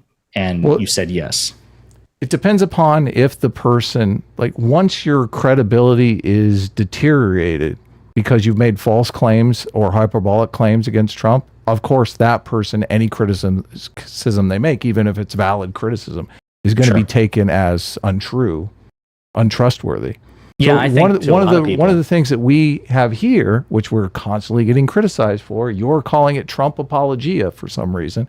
Like if we treat Trump supporters, Trump voters, with a monicum of respect, we expect some respect for our criticism of Trump in return. I don't know that you can make criticism of Trump and anybody's going to change their mind on Trump. You're just speaking to the choir. That's entirely possible. And I would say, again, that's why I also asked you during the conversation, is your goal because I believe you described yourselves multiple times as left-leaning centrists, was your goal to basically soften the Trump supporter up to get them That's not our goal. Look, humans deserve respect. That's our goal. Do you think, well, again, I think that's where Stephen and I where Yeah, I guess I disagree. can't speak for him. I don't think that all things do deserve respect. Now, most of my family members and friends, again, as I say, are Trump supporting conservatives, but I don't respect It's the odd Trump. that I have more respect for your dad than you do. I don't think spicy. I don't think, but I'm not obligated to support my dad's or to respect my dad's support of Trump. I don't. I respect many things about my dad's position and my dad's views, but I'm not obligated, nor do I think he's entitled to respect for his support for Trump. The thing that was weird to me about that conversation, because it's just like the one. There was just the one thing. There's lots of things that were weird about the conversation, but about this topic is like my chat was like dying of laughter in that conversation because I'm regularly accused of having TDS. And so the idea... What stage? Exactly. Apparently not the terminal cancer stage. So gotcha. That's for Stephen and I. Well, anyway. Yeah. Well, it's funny because it's like, I mean, that conversation definitely helped, give me more credit. People on the right in my audience. You're welcome. This was a giant psyop. It was a giant psyop because it was like, everyone was like, what, like in my audience who actually listens to our content regularly is like, what are you like the idea that Sitch over here is running apologia from Trump when I've literally debated several people taking the very anti-Trump side on a lot of issues, whether it was the first impeachment, whether it was some of the indictment stuff. I mean, we literally had like a conversation with Nick Rekieta not that long ago about the indictment stuff, where we were, taking more of the anti-Trump position, and it was just a wildly bizarre conversation that to me kind of read as like this struggle session. And it's interesting that to you, you categorize it like, because when I asked you, I said, "What are we doing this Republican apologia?" And it's like me saying, "Well, I don't know if I'm going to vote," even though I said I wouldn't vote for Trump, combined with saying I think the media was hyperbolic with some claims against Trump, and I think that the media was dishonest with some claims against Trump, and I think that helps Trump, and me saying I don't think all the indictments are going to stick. These are all neutral opinions. These are just all neutral facts. Like, you can have a completely neutral stance and say, listen, I think the media was wrong about Trump here. I don't see how that turns into Trump support. So again, the way this is my understanding, and hopefully this will clear it up. That when you say you're not convinced, you're not necessarily going to support Biden against Trump, that's not to me neutral. That favors Trump. Okay, number one. Why? Number two. Well, because of I think. Why would that not favor Biden? If I was going to vote for Trump, wouldn't it be the opposite? Well, no. If you voted for Trump, that would be even more in. No. I'm saying if I was someone who voted for Trump in 2020, and I said I'm not going to vote now, you just say, well, that just favors Biden. No, if you vote, well, number one, there was no mention of how you voted in 2020. I know, but I'm asking. If you voted in 2020 for Trump, and then you chose not to, you just abstained from voting in 2024, or you voted third party. Doesn't that help Biden?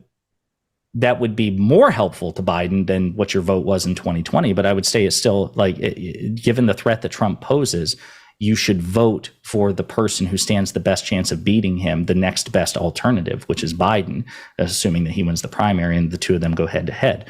So it would be less overt support for Trump in this hypothetical between 2024 and 2020, but I wouldn't call it neutral. And if you voted for Trump in 2024, that would be more helpful to Trump than you just simply voting. So it's not, but this is what's weird, because it's not like what you're describing. It's not a question of like abstaining from voting helps. I mean, abstaining from voting doesn't necessarily help Trump. It's just that you're saying Trump is such an existential threat that you should be voting anyone against him. You abstaining from voting will increase, however infinitesimally, Trump's chances of winning, because it's one less vote against Biden. It's one less vote for Biden. Or one for Biden. Theoretical less vote for Biden. Right. It would be one less vote for Biden. And Biden needs all the votes he can get across the board, especially as the polling indicates that the two are still neck and neck within. Even though I'm in Florida, and there's very little chance Florida is going to vote blue anyway. Yeah. Wait, is that the only reason why you wouldn't vote for Biden necessarily? Is because that's not the only reason, but it definitely makes it easier. Gotcha. Well, for me, I would say that again, not voting for Trump or not voting for Biden is, regardless of whether you vote for Trump or just abstain from voting or voting third party, right, helps Trump in one form or another to a varying degree. But again, wait a minute, because you're parsing through these, and this is fair enough. But we're talking about impressions that are made from aggregate data points, and you can isolate each data point and refute it, and that's fine. but it doesn't change its compound effects. So there's also, again, when you discussed how the media was unfair to Trump with respect to the indictments, there was that. There was also, and again, I haven't watched this thing in weeks. Did you mention anything about Russiagate or anything like that? Did that come up at all that you remember? Whatever. So. We'll just assume it doesn't. But the saying that the media was unfair to Trump with respect to the indictments, and then also the media literally was unfair with Trump with Russiagate. Why did you bring up Russiagate? Because, well, I don't. What do you mean it was unfair? I certainly like Adam Schiff. Do you believe in Russiagate? That Donald Trump yeah. That Donald Trump like coordinated with Russia himself? No. Like that conspiracy, there's no truth to that. Now, did Russia interfere on Trump's behalf? Yes. Did he openly court their interference? Yes. But is there any evidence? You're referring to the comment he made about the joke comment he made about hack Hillary's emails? I think it was multiple comments, but yes, among others, plus what his upper staff was doing behind the scenes, like sharing polling data and stuff like that. So no, if you're asking me, Adam, do I believe that Trump and like Putin like schemed together in the way that certain elements of the far left suggested that he did? There is no evidence to support that. What was I mean? And you think the media was? You think the media was totally fair with him with Russiagate? That's your claim? Again, I'd have to see. From what I remember, yeah, they were saying that there was like a sinister relationship between Trump and Russia, which I think I think that's fair to say based on the facts. Now, again, wait a minute. One thing I can point to specifically, because again, you'd have to offer me specifics, like an easy specific thing. I'm 90% sure Adam Schiff said something to the effect of he has proof that Trump directly conspired with Russia. And that turned out to be true, obviously. Right. Obviously, right. You would have to point to something like that. But the idea that, hey, the Trump campaign and Russia had inappropriate relationships. Russia was clearly operating on Trump's behalf to interfere in the election, and that's bad. And Trump seemed to invite it and encourage it and enjoy it and appreciate it and all the things. Yeah, I think that's what I recall the media reporting, and that was perfectly defensible because that's supported by the facts. So, well, let me lay out my position on Russiagate. Well, wait a minute. Can I finish on because again, that was a thing, and then we can go back to Russiagate. Yeah. So. The vote, is the media unfair to Trump? Whether or not, and the conversation's been 2 weeks, but something to the effect of whether or not it was fair to call Trump supporters of a fascist or fascist supporters. And then, as we discussed, it seems like the higher burden put on the left in terms of like ethics and performativity and things like that. It seems like you emphasize and call out the left more than the right. All of these things, you can isolate the data points and refute them. I'm happy. That has nothing to do with Trump. It's completely independent of Trump. I think they lend themselves well to a right-wing apologia, which favors Trump. That's what I'm talking about. Like I think that gives the impression that you guys generally support. So if the right does something right, correct on a policy prescription, we're not supposed to mention that because it's the right, and it would be right-wing apologia if we mention that policy prescription. I think it just depends on. Let's say it's a climate change thing, and they're in favor of nuclear, and we say, look, we like nuclear because we think it's going to solve the climate crisis, but it's a right-wing policy. Then all of a sudden, are we Trump apologists? Well, number one, I don't know if it's a right-wing policy because I think elements in the Democratic Party support nuclear as well. But let's just grant the premise and say that they had a better solution to address climate change than the Democratic Party. No, I think you're obligated to talk about it, especially if climate change is important to you. I think the problem that you kind of laid out is why no one in the left or the right will call out the bad actors on their side is because it gets framed because of tribalism as, oh, you're just helping the other side. And I think that compounds with the fact that, obviously I'm assuming you're not really familiar with our content or something. So you kind of have this idea that like, oh, all we do is just complain about like all the failings of the left. We never complain about the failings of the right. We never specifically criticize Donald Trump. Even in our criticisms of the left, we never specifically call out criticisms of the right. We never specifically call out criticisms of the left. And this attitude is what kind of leads us down this pathway. I think where both sides just run cover for the bad actors on their side. So to be perfectly clear, as I said in the initial conversation with Cherry, no, I mean, I'm familiar with you. I'm familiar with your content as I see it on Twitter and the things that have popped up into my newsfeed, but I can't say that I religiously follow your content. Just don't have the time. From what I can, Great. That will change. You're willing to today. call us Trump apologists, but you barely follow our content. That's really fair. I just said that in this conversation that it could be interpreted based on the prior conversation that you were offering. Of course. It would be easy to interpret anything. Yes, Look, of course. You're a Biden supporter and Biden sniffs little girls' hair. So you're an apologist for sniffing little girls' hair. Sure, Adam. That's fine. Well, I could do it too. Look, this is the game you want to play. Adam, I made the case as unpersuasive as you found it as to why I think somebody based on that conversation. And I made the case why you are an apologist this is for sniffing hair. This is why it's not fair. It's because it's kind of like the way that conversation was structured. You know, you were kind of forcing us into this position essentially by the nature of the topic, and then you're like, well, you know, you're not saying Trump supporters are a fascist. You're not saying that you're 100%, going to vote for Biden. Therefore, you're running apologia, even though I'm not really familiar with I feel content. like we abandoned the topic pretty quickly, and I don't know how you were forced in anything, because at any point you could have said, I think at any point... How many times you said in this conversation, you said and Adam both said, well, we don't want to defend Trump. Why do we have to keep doing this? It's so wait a minute, wild. That conversation was like insane to me. Yeah. I understand, but you said the words, why are you putting me in a position to defend Trump? You don't have to be in a position to defend Trump. According to you, if we don't vote for Biden, we are defending Trump. Yeah, that's insane. I think it is a pro-Trump move to not vote for Biden. I think you're delusional. Well, let me ask you a question. So, like, because your focus is on economic policy, right? Mostly, or just policy in general. Right. Yeah. And so, if you're like, okay, I'm not, that's my big focus. And if in the course of the conversation, I keep saying, well, I'm not going to focus on any of your economic policy stuff. Let me just keep picking away at you until I can figure out some woke shit that you support, right? So then I get to frame you as like super woke leftist. Would that be a fair categorization of you?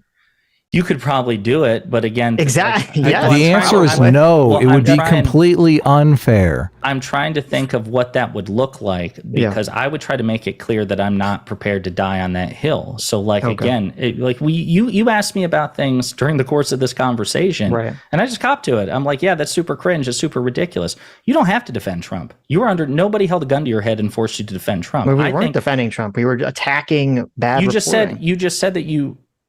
But didn't you end up conceding in the conversation that wasn't the case? I thought that eventually. No, we're saying that by the nature, this is the problem. And you just laid it out perfectly earlier. The nature of us attacking the media for having TDS is interpreted by people as us defending Trump, even though it's not, because we'll criticize Trump left, right, and center.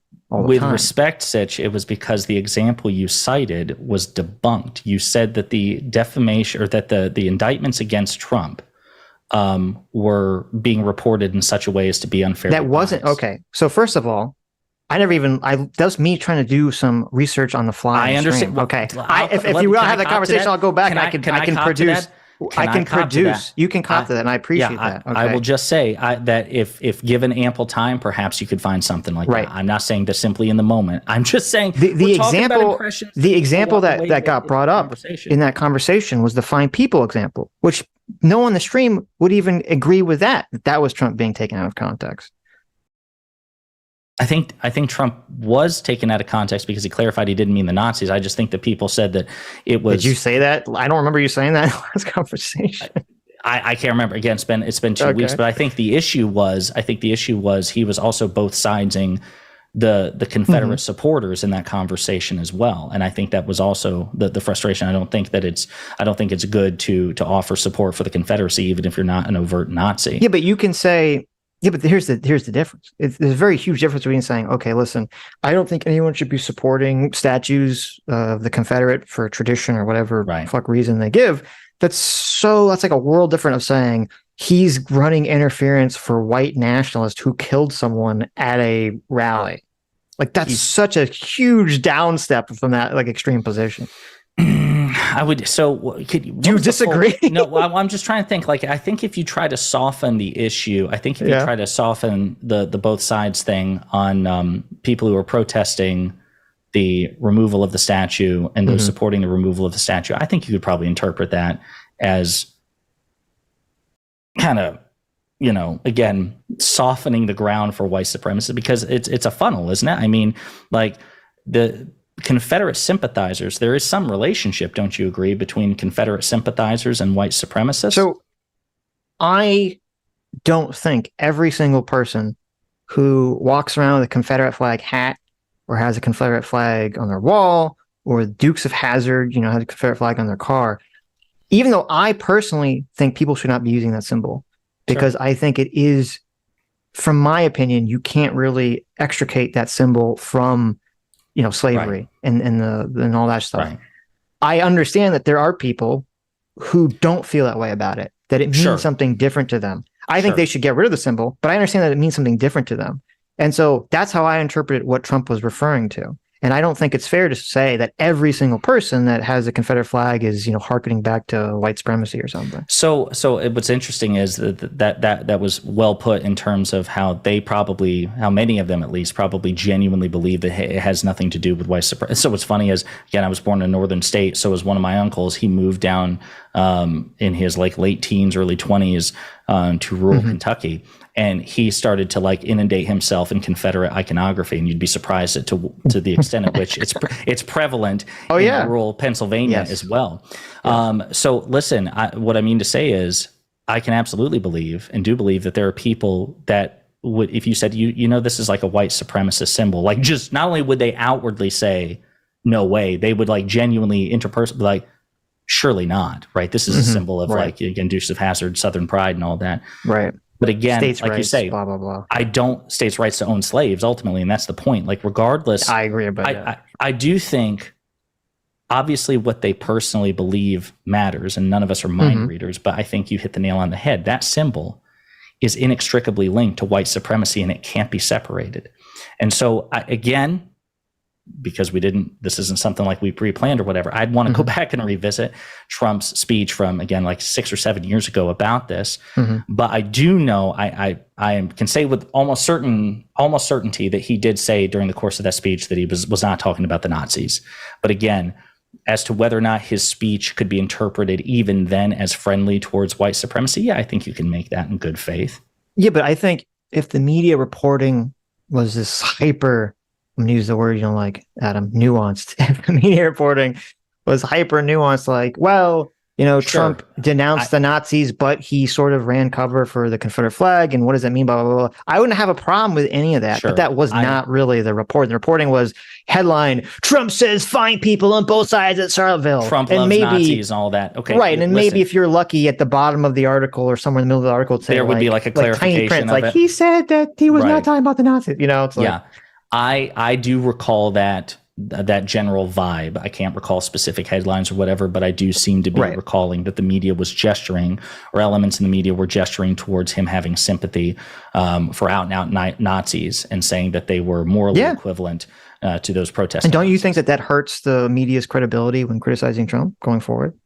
I think that anytime the media misreports, it hurts their credibility 100%. And that includes that. Why are you making Trump apology? You could make that case, but what I would say is I would make it abundantly clear that doesn't justify, that's not a blank check, and that's my issue with so many people on the right. See, Trump was misrepresented in this context, ergo we can just blindly ignore all reporting at any time in any way which criticizes him. And that's the difference, I would say. I think these two things can exist simultaneously, that yes, there have been instances where large elements of the media have misreported Trump. That in no way justifies, certainly not 6 years later or whenever it is, completely accurate reporting about him and his indictments and his attempts to overthrow the 2020 election. And I don't think I'm required to, again, grade it on a curve. Well, this one time or this however many times 6 years ago, Trump was reported in bad faith by the media. No, I don't think so. And maybe that's not what you were getting at. But the point I was simply trying to say is this, that with somebody who's not familiar with the breadth of your content, I do think that they could interpret your words in a way that suggests that you're conservative sympathizing in a way that's beneficial to Trump, even if you personally are repulsed by the man. I don't think these things are mutually exclusive. I'm living proof of that when I went through my contrarian leftist phase.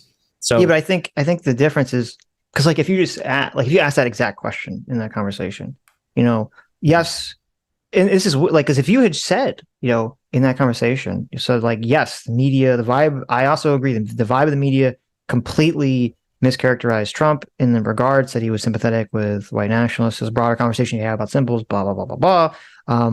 And yes, I agree that that's breeds essentially gives advantage to Trump because then it will make it seem like further reporting on him is inaccurate. And if you said that and said, but do you agree that just because the media has been wrong in other times means that you have to automatically be dismissive of it at all times? I would say, no, I agree. That doesn't mean you should be automatically dismissive of the media. And in fact, I have pushed back against this idea constantly with my audience, with people we've come on and had debates about this. I was not on the side of the debate regarding, that I think that there was some, collusion between Twitter and the FBI, to dump the Hunter Biden laptop story. I'm sorry, you were or were not? I don't think that the FBI and Twitter, I don't think the FBI tried to trick Twitter into getting rid of the Hunter Biden laptop story. Gotcha. And I argued, I argued publicly with counterpoints against that position. And so it's just, and Rob Noor, I'll give you credit with the Hunter and I Biden argued with Rob Noor, right? About, and I mean, I had this long conversation with Rob Noor about Russiagate, where my position was there was a lot of smoke there. It was definitely worth investigating, but at the end of the day, you read the Mueller report, and it said there was no there, and people have to accept that, well, despite the fact. Despite the fact that because when Russiagate was happening. That was more when I was watching TV news pretty constantly. And it was like literally every day, Rachel Maddow was like, oh my God, Trump is, secretly working with Russia. This is all a ploy to work with Russia. Like it was very, very specific what was going on with the Russiagate stuff. Yeah. And again, to be clear, I just want to say for your audience, I recognize the fact that was untrue, that there was no evidence provided in the Mueller report, as far as I know anywhere, that Trump was overtly conspiring with Russia in the way that many people, like again, Adam Schiff is the one that just jumps out because it's kind of like my footnote of that. Like, but when people ask like, hey, what did the left and Democrats get wrong? That's the thing I refer to. You did say earlier, just a minute ago, that you thought that the reporting on Russiagate was fair, though. If it's the kind that Sitch was talking about, Maddow saying that, Trump and Russia were working together the way that he just described it, that's what I'm saying is wrong. That's unfair. So you're admitting then that the Russiagate reporting was unfair to Trump.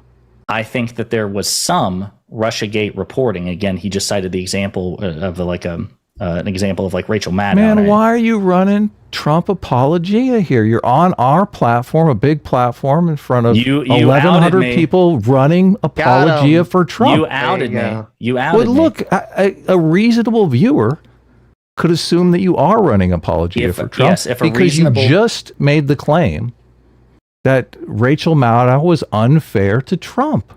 Adam, number one, you're not going to piss me off. Number two, I understand what you're saying. Yes, if somebody who is unfamiliar with my situation or with my views, and they just hear this clip out of context, of course, if that is the majority or a sizable portion of what they know from me, of course they could walk away. Well, just admit that person would be unfair because you're not running apologia for Trump. Obviously, 100%. You have TDS. Stage 4, absolutely terminal. Yes. I'm barely clinging to life, but yes. So look, you admit that person would be unfair in making that charge against you, even though you just did the thing that you said it would be fair for someone to make the charge against us doing. I think they would be wrong. I think they would be wrong in concluding that wait a second here. It would be fair, but they would be incorrect. Is that the position you're taking? Wait, what do you mean? What would be fair? I'm lost. Well, I said, look, if somebody called you a secret Trump supporter because you just pointed out that Rachel Maddow was wrong in her Russia reporting and unfairly targeted President Trump, then why would that be fair for them to draw that you're? I'm saying that it would be unfair for them. No, I agree. I'm asking you why do you think it'd be fair for them to come to the conclusion?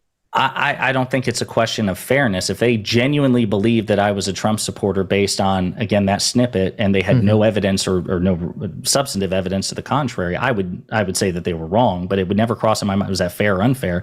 That's an impression that they have based on the available data that they're aware of, right? So that's the difference. I don't think, I don't think that's inconsistent at all. Well, it's a little different if there's a viewer who has no way of interacting with the subject and you're a participant in the conversation. So if you can ask something specifically, right?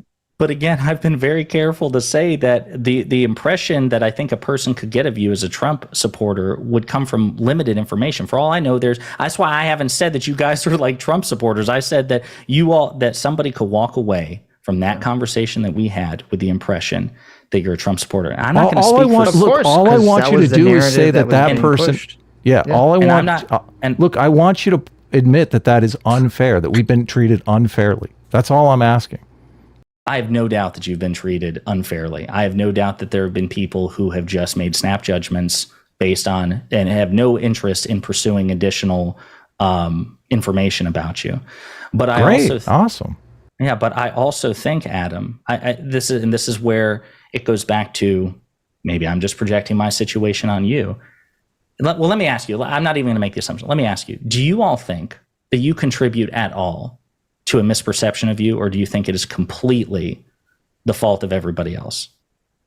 Clearly, you believe you labor under I think it's people. I think only people that don't listen to our content at all with any frequency would be under that perception. Well, and also we labor to clarify our positions to people, and they don't seem to update their understanding of our positions. So obviously they're strawmanning us. How do you update it out of curiosity? But no, this is what's weird, because it's like, so even in, I hate to keep going back to the previous conversation, but even that conversation, I literally said in it, I said, I debated, and Pisco was there, and he even said this too. I literally debated Rob Noor on, the Russiagate stuff. I literally debated him on the Burisma stuff. Sure. On the impeachment stuff.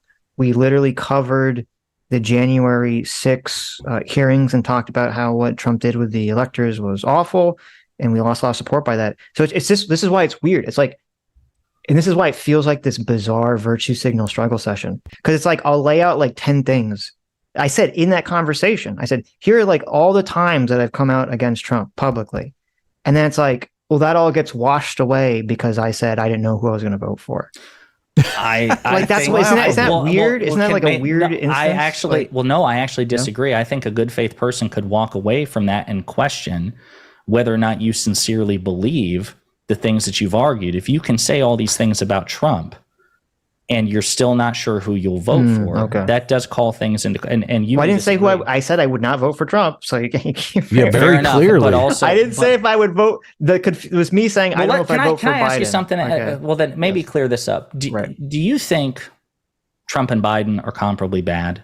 And you can interpret that question however you want. You can clarify. Do I think they're comparably bad? Yeah. Who is worse? Who is you? I think Trump is overall worse. Yeah, I would agree with that. Why is that not sufficient to motivate you to vote for his opponent? Because number one, I'm in a state where it doesn't matter. Fair enough. And number two, I really do think, and obviously you don't agree with this, a lot of people don't agree with this. So my thought on this is that I don't like Trump or what Trump stands for, or kind of the energy he brings to the country. But I don't think it's going to really survive Trump. Whether Trump wins the election and gets 4 more years or loses the election and that's it, I don't think this energy is really going to survive. I don't think it's going to mutate into support for fascism. I don't see it going anywhere because I think it's based around kind of this cult of personality that goes away with Trump, whether he wins or loses this. My problems I have with the left seems so much more broadly systemic. It's because it's not rooted around Joe Biden. It's rooted around this idea that liberalism sucks, socialism is becoming more popular, and it's kind of worming its way into everything. And so from my perspective, even though I think Trump is worse, I see the problem on the left as far more pernicious because it's not going to go away. It's going to keep getting worse and worse and worse until it's actually addressed by the left. So a couple of things. And again, I wasn't taking notes. You may have to double check, but like, here's where we disagree. I don't think an honest, rational evaluation of these two men makes this an easy question, or makes this a difficult question in terms of who is worse. Setting aside the rest, we'll get to the rest. But I don't think, I think if I asked you to defend the notion that Trump and Biden are on even like a vague parity, I think you would fail that argument. I don't think I said Trump was worse. I don't know why. I understand, but you said, it suggested that you thought that it was relatively close. Maybe I'm wrong. Do you not think that like Trump is way worse? In terms of what they're specifically personally doing and represent? No, I don't think it's close. Trump is I don't believe. So unlike people on the right who do, and here's part of the issue too, that I don't think a lot of people on the left appreciate. They don't appreciate, I disagree with this notion. They don't appreciate, or you guys don't appreciate, that they believe that all of these indictments against Trump is Biden, manipulating the Justice Department to go after his political opponent. That's how they perceive it.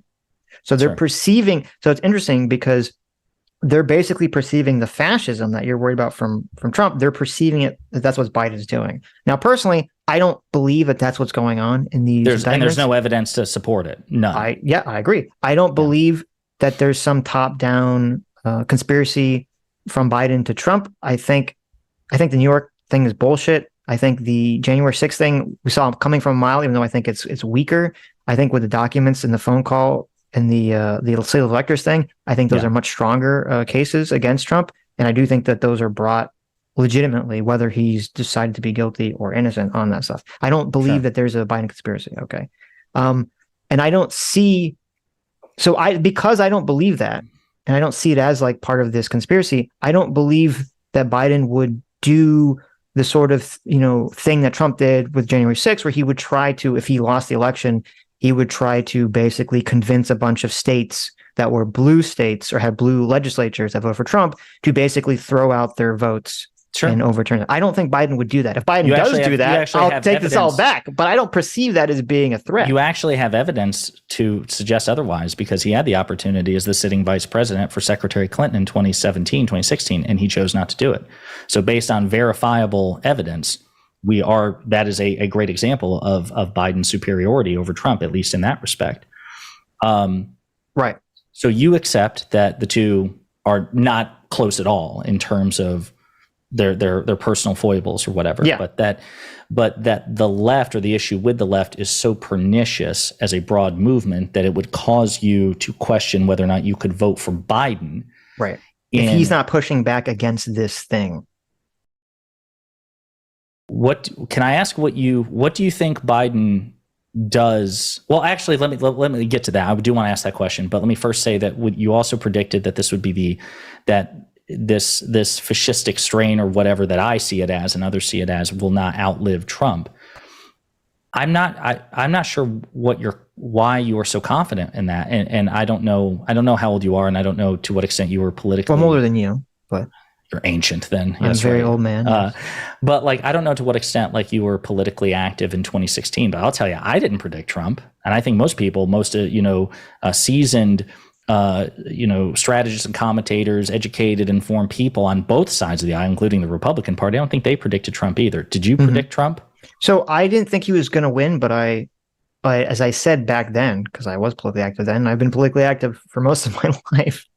Right out the womb. You came out the womb. That's right. Basically.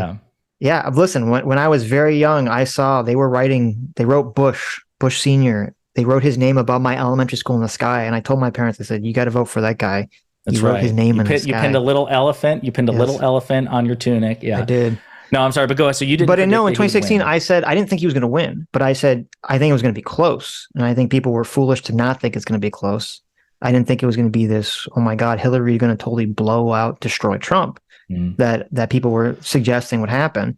And then when Trump won, I didn't think it was the end of the world, why the people were losing their minds over.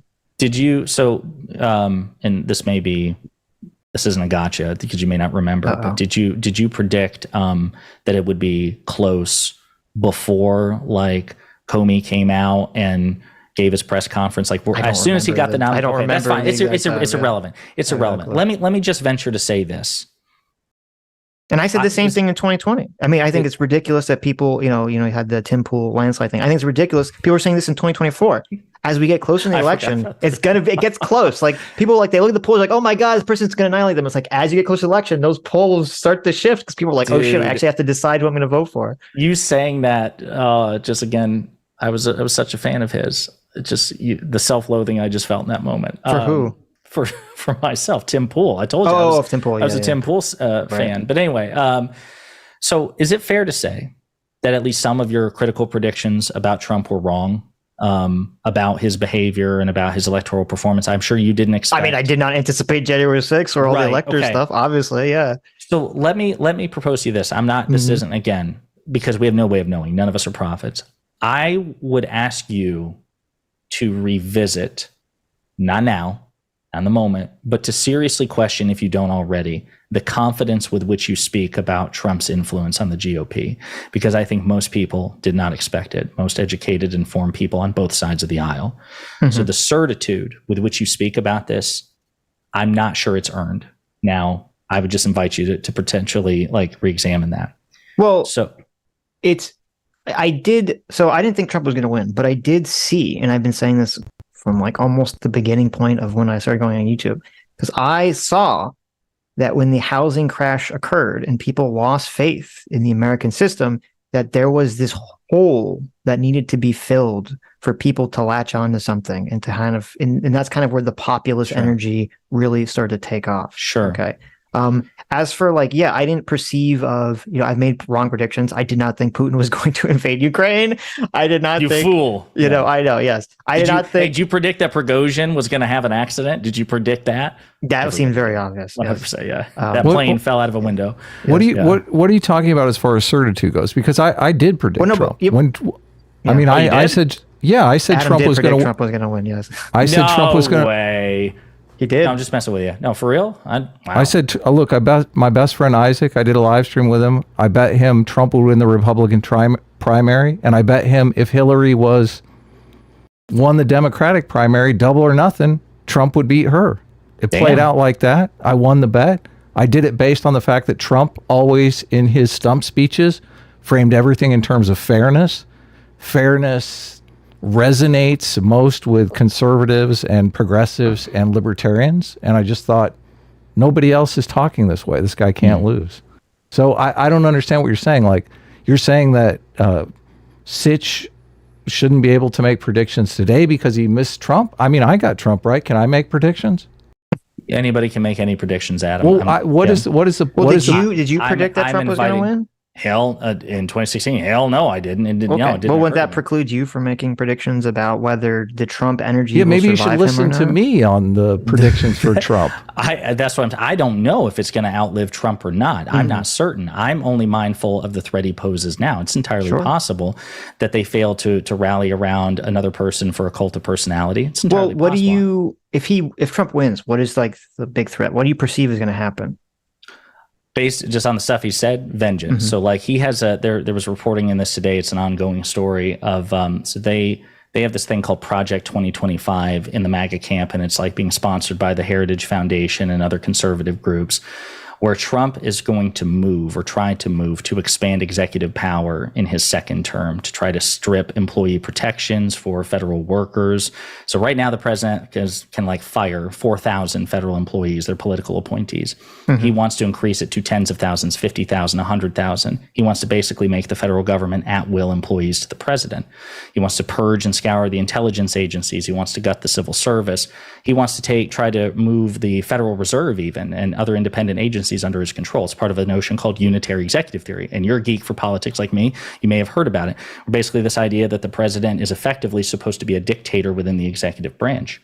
I think that's dangerous. I think it's dangerous when he's talking about investigating his political opponents because he thinks that that's what's being done to him. So he's going to push even more for it if he wins re-election. I think his unpredictability and his bad faith and the things that he's said make him so dangerous that it merits coming out in force and voting against him. So maximum voter turnout. Pondering, what state are you in? Because Are you a registered Democrat? I am. If Trump is such a force to be reckoned with and so dangerous, why don't you change your registration to Republican and vote against him in the Republican primary? Thought about it. Okay. I'm gonna do that.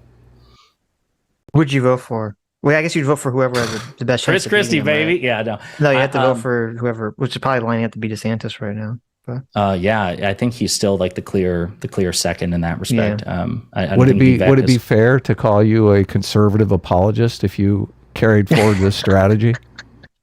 I think that if somebody, if that was all the information that they had, that I was a registered Republican voter voting in a Republican primary, yeah, I could see them doing that. Adam, I don't. But would it be fair? Look, you keep dodging the question.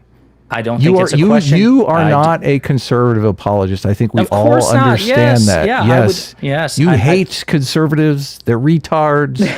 I get it. Okay.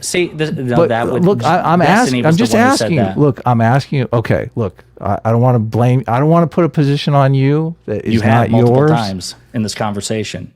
It's so bizarre. I don't think the question is. I don't want to do that. Listen, I'm above it. You can mischaracterize my positions all day long, but I'm like Jesus here. I don't want to mischaracterize your positions. Shades Jesus. Look, if I'm getting your positions wrong, please correct me. I don't want to do that. I am saying, and I keep asking you point blank, and you keep dodging. I'm saying that if you did that, if you carried out that strategy, which this is why I asked you what state you're in, because like you might be in Iowa, where it could actually make a difference. Well, I'm in a purple state. Yeah.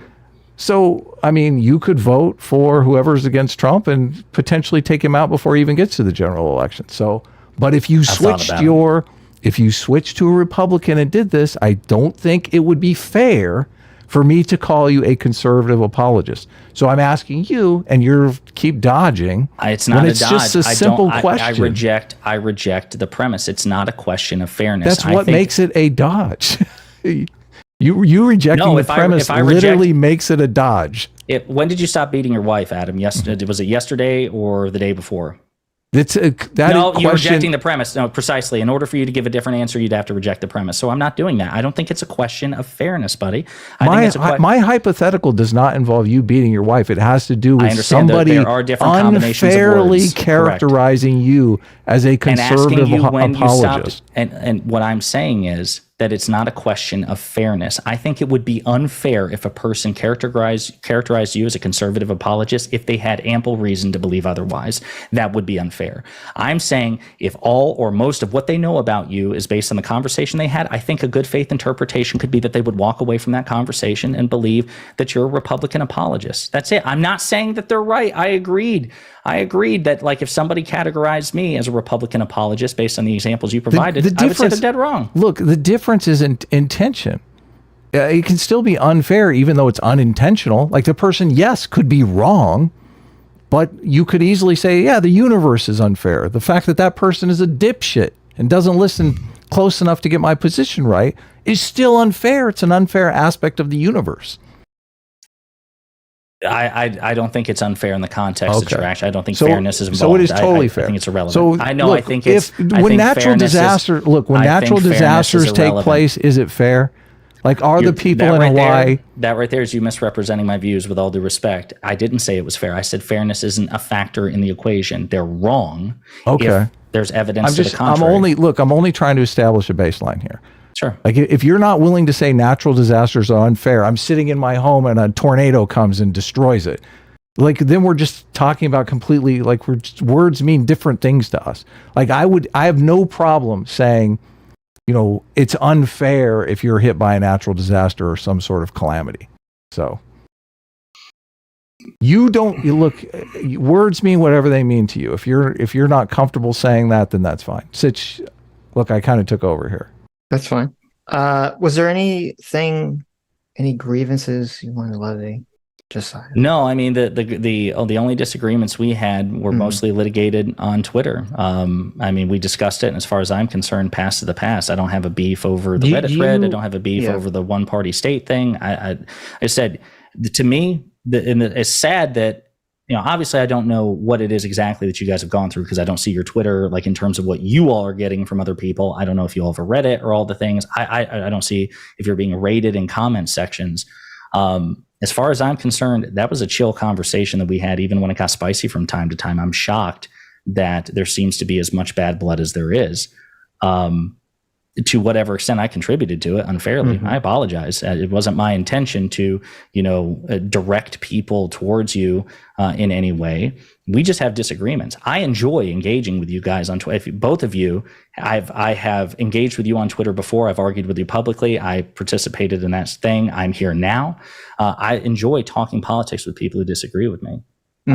So yeah, it's that's basically it as far as like relitigating the previous conversation from my end, because I think I've already aired it.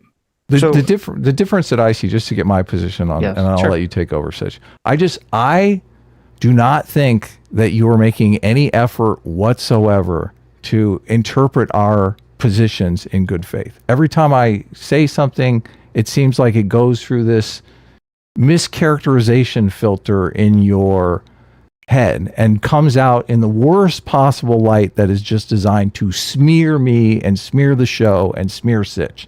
So How for did I me, smear you?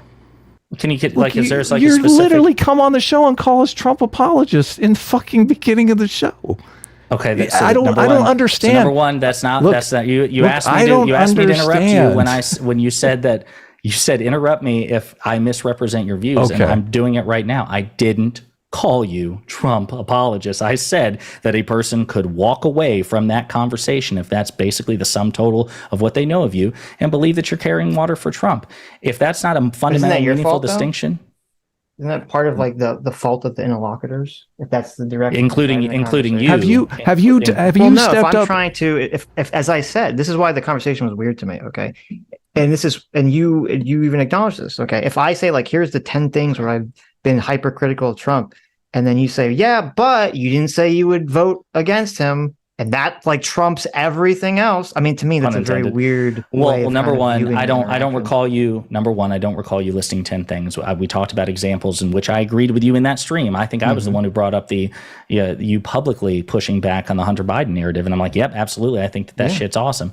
But doesn't that deserve a level of charity? I don't. Yeah. Have you look, when you've encountered this in the wild, maybe on your Reddit thread, have you said, look, I don't think these guys are really Trump supporters? No, I don't think that. No, I've responded to people who like directly engage with me on the Reddit thread. And you said that you don't think we are? I have no evidence to believe that you're closet Trump supporters. I'm not asking what you have evidence of. I'm asking what you believe. I think that you personally do not like Trump. I think that some of your actions will help him, including not voting. Do you think we're doing that knowingly or unknowingly? I think at this point it would be a knowing decision, especially when it's been laid out to you. So because you've got such a big brain, you've totally convinced us. I love it. You asked me what my opinion is. What have we done that you think would be part of the grift, I guess? I don't know. It's not a grift. What I'm saying is you may be repulsed. Well, it would definitely be a grift. What do you mean? No, I don't think so, because I think a grift implies that you know that you're like trying to deliberately deceive. You are repulsed by Trump personally. Yeah. I think that you've made that clear. But I think that by focusing more on the left than the right, especially when the stakes are so high, and not committing to voting against Trump in the 2024 election, I think that those effectively help Trump. I don't think they're mutually exclusive any more than me complaining no, I about understand the left. that, I thought you said that the decision for us to not was intentional, was for us to like not go after Trump. Or whatever, if you choose not to vote, not to vote for Trump in 2024, that will be a deliberate decision, which will help Trump. Or if you choose not to vote for Biden in 2024, that will be a deliberate decision. I thought in terms of how we're structuring the show and what we talk about. I thought you said, I could misunderstand you. I thought you said that even though we don't like Trump, we're intentionally creating an idea that maybe we do like Trump. I think that if you don't like Trump personally, but you still focus more on the left than the right, I think that is helping Trump in effect. But do you think that knowing in the sense that like you are consciously doing what you're doing, you just think that do you think that me and Adam think that by structuring our show the way that we structure no. Do I think that you are seeking to help Trump? No, I do not. Okay, so it's more you just think that we're unwittingly carrying water for Trump. Yes, I think that the disparity between where your focus is, where your focus is and where your actions are ultimately serve the Republican Party, the American conservative movement, and Donald Trump. Yeah, ditto. That's exactly my position about you. I understand. So. No, I get that. I take that at face value. And listen, the fact of the matter is I actually make room for that it's entirely possible that somebody could be so pissed off at hearing my partisanship that they run in the opposite direction. I understand that. Like that's, Adam, I'm so shocked here that, you got me. Like, no. You have a fair point. Somebody in the right circumstance could hear what I say and end up voting for Trump or running back towards Trump. I know that. Cool. Do you want to answer some questions from our chat? Sure. Okay, let's see. Well, I only bring it up because that we have a difference of opinion on strategy. Like it's 100%. Pretty obvious that both of us don't support Trump. So, we have a different opinion on strategy. We have a different opinion on what threats our country faces. Yes, and one of the priority is. Yes. One of the frustrating things about the previous conversation is we didn't have any talk about the substance of that disagreement. We talked about whether or not Sitch and I were secret Trump supporters. Okay. I hope we discuss more of the substance to at least more substance than we did the last time. That's much more interesting. Yeah. So everyone sniping at me on Twitter isn't talking about the substance. Go away for $10 has a question for you, Adam. Says, Adam, do you or do you not believe that progressive fears of fascism are valid after January 6th? If they are, wouldn't you agree that it would be more accurate to refer to Trump supporters as neo-fascists? I don't think it's accurate, no, because they're not willingly supporting fascism. Can I ask you to follow up on that, Adam, is if that's okay? I guess one of the things I was confused on in the prior conversation, I think this is a matter of substance. Do you think I do think there's obviously a degree of separation between somebody we would call a fascist and a supporter of fascists. Like, I don't know any historian who says like that the entire population of like Nazi Germany, for example, even those who supported Hitler, were fascist by definition. I think most people would say they were fascist supporters. I was kind of perplexed because it seemed that yours and Sitch's position was the only way you can be a fascist supporter is if you consciously think I know this person's a fascist and I support them anyway. So do you think it's clarify that? I push back a lot specifically on this, where I think there's a lot of people in the mainstream left Democrats that are parroting woke garbage, illiberal woke garbage that's rooted in socialism. And I see a lot of people on the right call these people socialists. And I always say, I don't think they are socialists. I think they're unwittingly carrying water for socialist philosophy, right?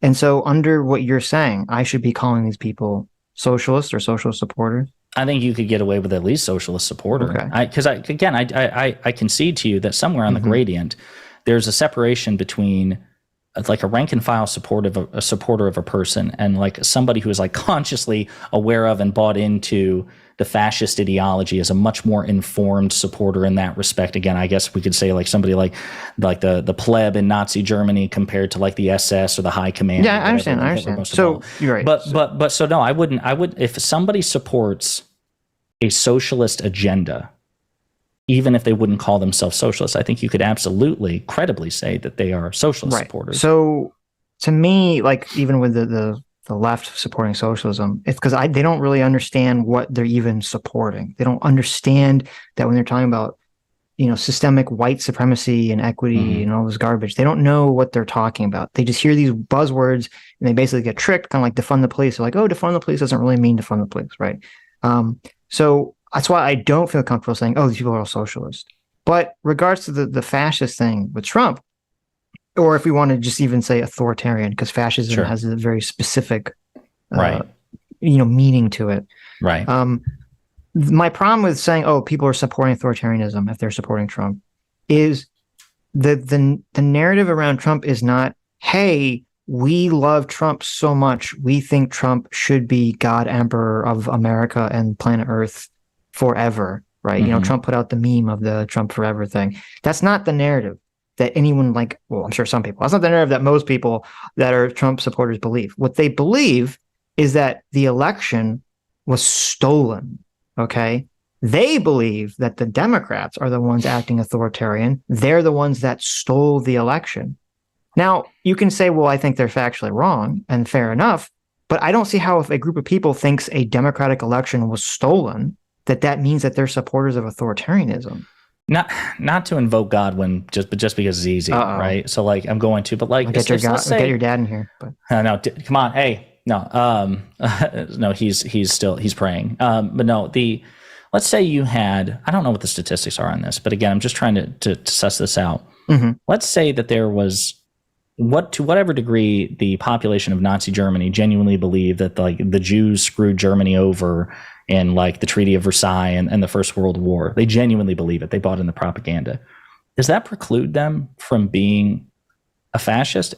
Does the fact that Hitler may have genuinely believed that, does that preclude him from like the idea that if they genuinely being anti-Semitic doesn't make you a fascist? So I'm not really sure. What I mean is like if somebody buys into the propaganda of a fascist, that they genuinely believe it, does that preclude them from being a fascist? It depends what the propaganda is. Because my understanding my knowledge of the exact propaganda of Nazi Germany is not the greatest. Nor mine. Right. I don't know if Hitler was running around saying kind of like, oh, I'm going to be the democratically elected president and you guys are just going to vote for me under our free and fair elections. My understanding was that was not the rhetoric. Was that no, liberalism sucks, democracy sucks, we need this new thing, this form of fascism called Nazism. This is the way forward. And so people, they believe the propaganda, that they believe that Jews were evil and they believe that Nazism would bring them something good, right? But that propaganda was fascistic propaganda. It was advocating for anti-democratic, anti-liberal Nazism. So with Trump, they're not saying, oh, Trump should be God Emperor forever. They're saying the democratic election was stolen. So, I don't know what the propaganda is of Nazi Germany either, but let's take that at face value. I'm actually surprised. So you would actually, if I understand you correctly, you would even take it further in that context than I would and say that anybody who bought into that fascist propaganda, they were fascists, right? Because Nazi Germany, yes. Gotcha. Okay. Obviously, damn. Yes. Okay. Yeah. So like, you wouldn't say that? I would say again, not knowing what the context of the propaganda was. I believed that. I was hesitant to call like the tens of millions of just citizens of Nazi Germany who may have supported Hitler because they thought that he was going to be, the one to get them out of poverty and reclaim Germany's, ancestral heritage as this great nation, yada, yada, yada, yada, yada. I would just have called them fascist supporters, not out and out fascists. I can't believe you're so soft on the Nazis with this Nazi apologia. Shit. So I would need to think about specifically what propaganda of Trump specifically. I want to give you like specific lines and whatever, and maybe we could revisit that because maybe would you make room for the possibility that with Trump's more, let's just say authoritarian, like his more over authoritarian actions, like okay, if let's say when Trump was like talking about lock her up. That's pretty authoritarian, right? Locking up your political opposition. Yes. Would you say those who were chanting it back, lock her up, were authoritarians? Yeah, definitely. I would say it's hearkening to it. I mean, I even criticized, again, so it's hilarious. I even would criticize and said it was hypocritical for people on the right to be complaining about 100% the idea of, which we have no evidence of Biden going after Trump as being political, when we have Trump went on Fox News a month before the election and was trying to told Bill Maria Barr Bartiromo to go arrest Joe Biden. Yep, and Barack Obama, I think it was. And Barack Obama, but obviously Obama wasn't, running. And I said it's completely hypocritical. I mean, because he's literally telling his AG to do this. And during an I election, didn't really hear anyone on the right complaining about this. No. Obviously, it didn't happen because Bill Barr was, not crazy, and he's like, no, that's stupid. He ended up quitting. So, I do think it is. I do think if you're going to go after, if Biden was out here saying, we need to go after Donald Trump and we need to throw him in jail and, lock away the key, I'd be like, oh, wow, that's really not, I don't feel comfortable with this rhetoric. Right. Yeah. I think a lot even make me uncomfortable. And I believe he should be there. I would, I don't want, but here's the question. To go too far. Do you think that all the people, and this is the way the right will say, no, saying Hillary should be locked up is not authoritarian because she deserves to be locked up because she broke some law. Right. The No, same way that precisely. you and other people on the left will say Trump should be locked up. That's the thing. Right. That's why I asked, because I'm sure many of the people, if not all the people chanting lock her up, genuinely believed, even if they had no basis for it and could never articulate it, that she broke some law that merited her being prosecuted. That's why I don't know. I would hesitate to say. I would say that is certainly supporting authoritarianism, but I don't know if I would take it that far for the same reason.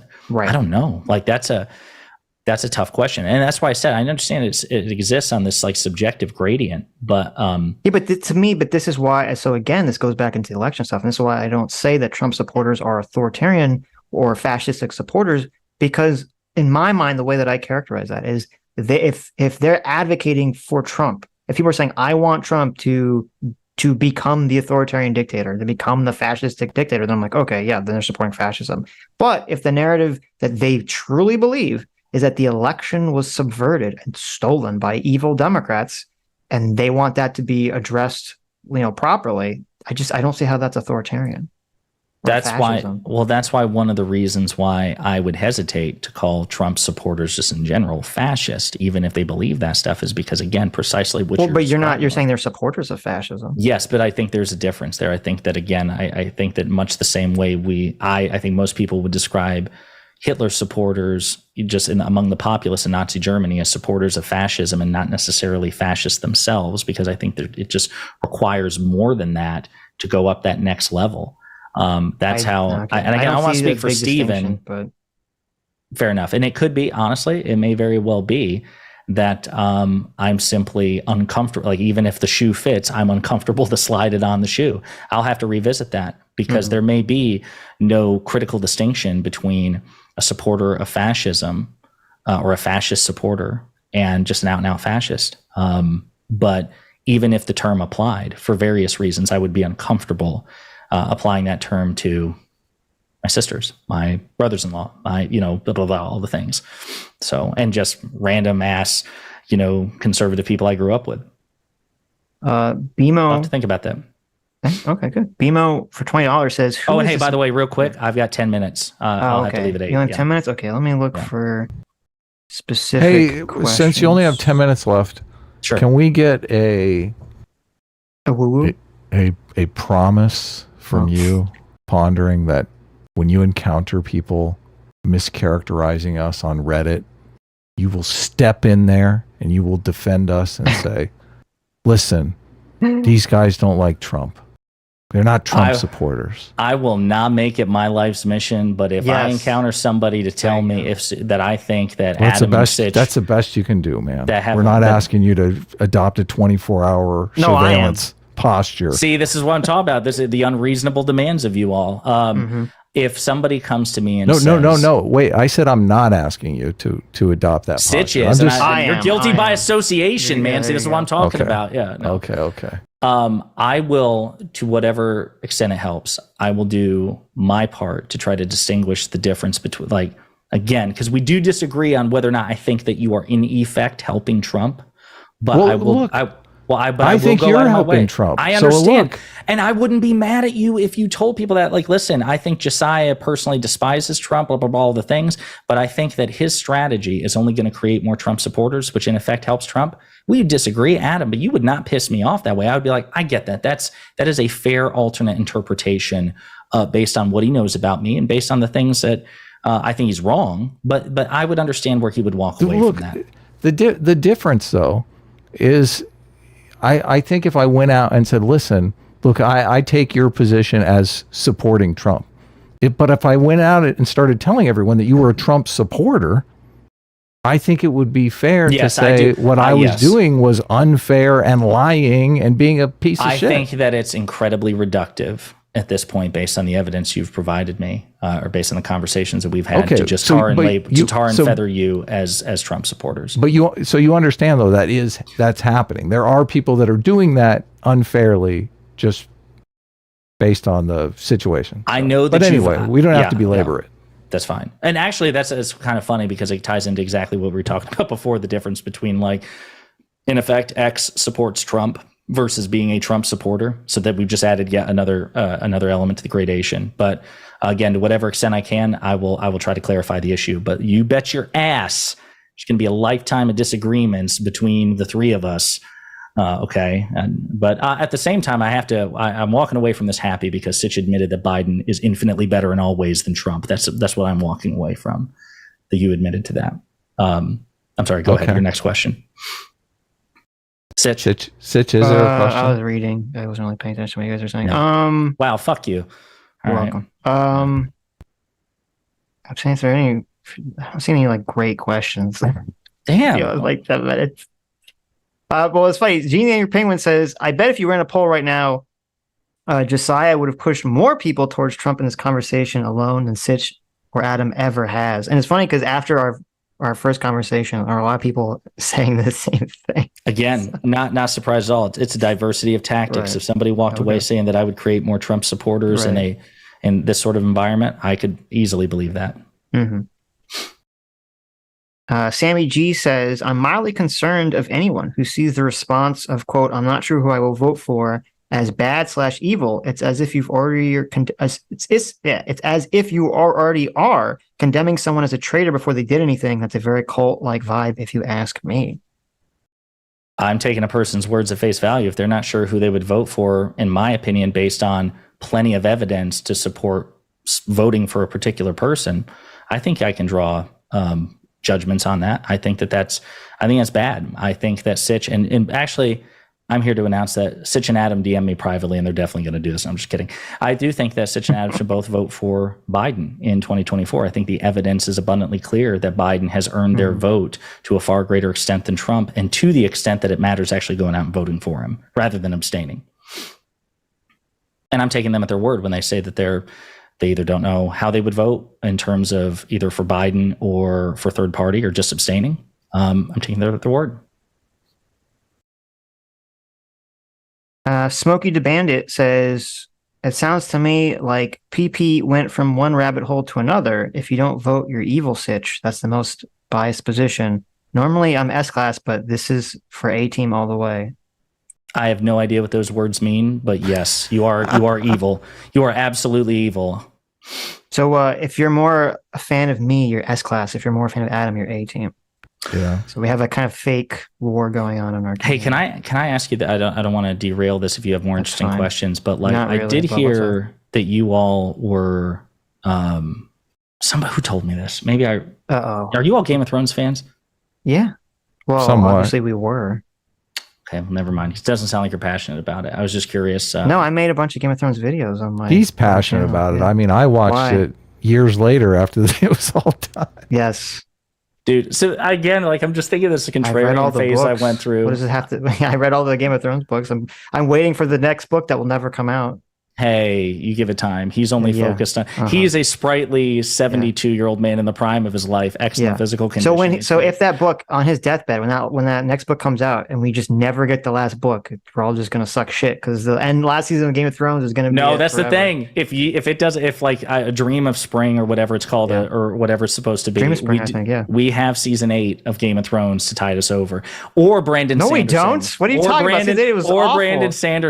Brandon Sanderson will come out and write the final novel. But here's my question. I was going to jump in and try to talk with Steven about this, but I didn't have the time. Yeah. So this was, I very rarely use my Reddit except for to talk politics and yell at people who disagree with me, but I occasionally will traipse my way into Game of Thrones subreddits. So here's my question. Okay. This is about 2 weeks ago, and I was kind of surprised because this involves my favorite character, and the answers went different than what I was expecting. If Tywin lives, and you can use either continuity, book or show continuity. If Tyrion does not kill Tywin at the end of season 4, Tywin lives. Tyrion escapes to Essos. He ends up as Daenerys' hand. Daenerys eventually invades Westeros, and it's Tywin versus Daenerys. Okay. How does it go? Are you talking about book or show? You can give me, if you think the answers differ, you can give me either answer. Because certainly the book is much more intricate. Well, the book is hard to tell because you have the whole young Griff shit going on, which is not even in the show. So the book, there's so much like craziness going on in the book. In the book, I don't think Varys is going to die and become an idiot the way he did in the show. So in the book, I would say I don't think Tywin being alive would have a substantial impact. In the show, well, can I make the case and you tell me if you disagree? Okay, you with make this? your I've thought case, about this because I posted on this like I nerded out. Okay, so in the show, I think it's a game changer. If Tywin lives, that was such a freaking game changer, especially in the show. So if Tywin lives, the Sparrows are not empowered because he would never allow Cersei or Tommen to make them the faith militant. Number one, the Tyrells, they never leave because they were in that alliance with Tywin and only started to fray when he was dead and Cersei took over. So the Tyrells, the breadbasket of the region, they're still there. He still has the support of the Iron Bank. Stannis says explicitly somewhere in season 5 that the only reason he's attacking the Boltons is because Tywin Lannister is dead. He can't protect them now. So that fucks Stannis. I don't think Dorne goes after Tywin's granddaughter, Cersei's daughter, whose name I'm blanking on, because they only did it after Myrcella. Yeah, they only did it after he was dead. I think that Varys, because Varys is so different in the show compared to the books, not just in terms of IQ, but I think in motivation. He only leaves to go to Essos in the show after he drops Tyrion off in that crate. I don't know if you remember, and he's walking back towards the castle and the bells start to toll and then, oh shit, something happened. So then he gets on the boat. I think he stays in King's Landing and helps Tywin. Because that's just where the power is at the moment. Did they ever explain what his motivation in the show No. So we don't actually know what he was doing in the show. He was just, he was serving the realm. He was supposed to be some actual, he thought he was going to do what was good for the realm. But he probably would have thought Daenerys was good for the realm until she went crazy. So I thought that too. But then I remember somebody pointed out to me in season 4, on Tywin's orders, because this is just a show plot, it's not in the books, Tywin has Varys send Jorah's pardon to Dany's camp to sow discord. And Varys, either because his loyalty is not with Daenerys or because he's too afraid of Tywin, he actually follows through with it and does it. So I'm not sure if Varys hauls ass. Littlefinger certainly doesn't pull his shit as long as Tywin's alive. Right.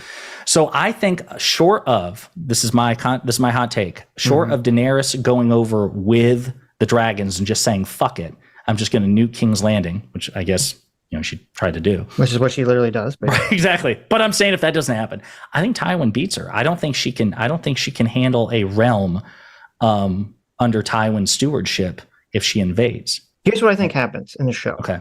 Because I think you're right. If Tywin, obviously in the show, if Tywin doesn't die, Cersei doesn't get control, Cersei doesn't make her colossal cavalcade of fuck-ups and ruling that just, exponentially snowball.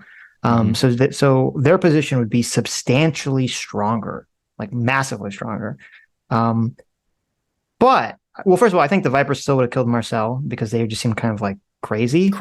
Yeah. And so, I don't know. I think they still would have had to deal with that problem, which would have caused some conflict. But I think what actually would happen is if King's Landing was unified and the South was much stronger, I think that would have actually pushed and motivated Daenerys into not helping the North against the White Walkers. Because she would have just been like, because she's like, I just can't do this. I have to concentrate on King's Landing.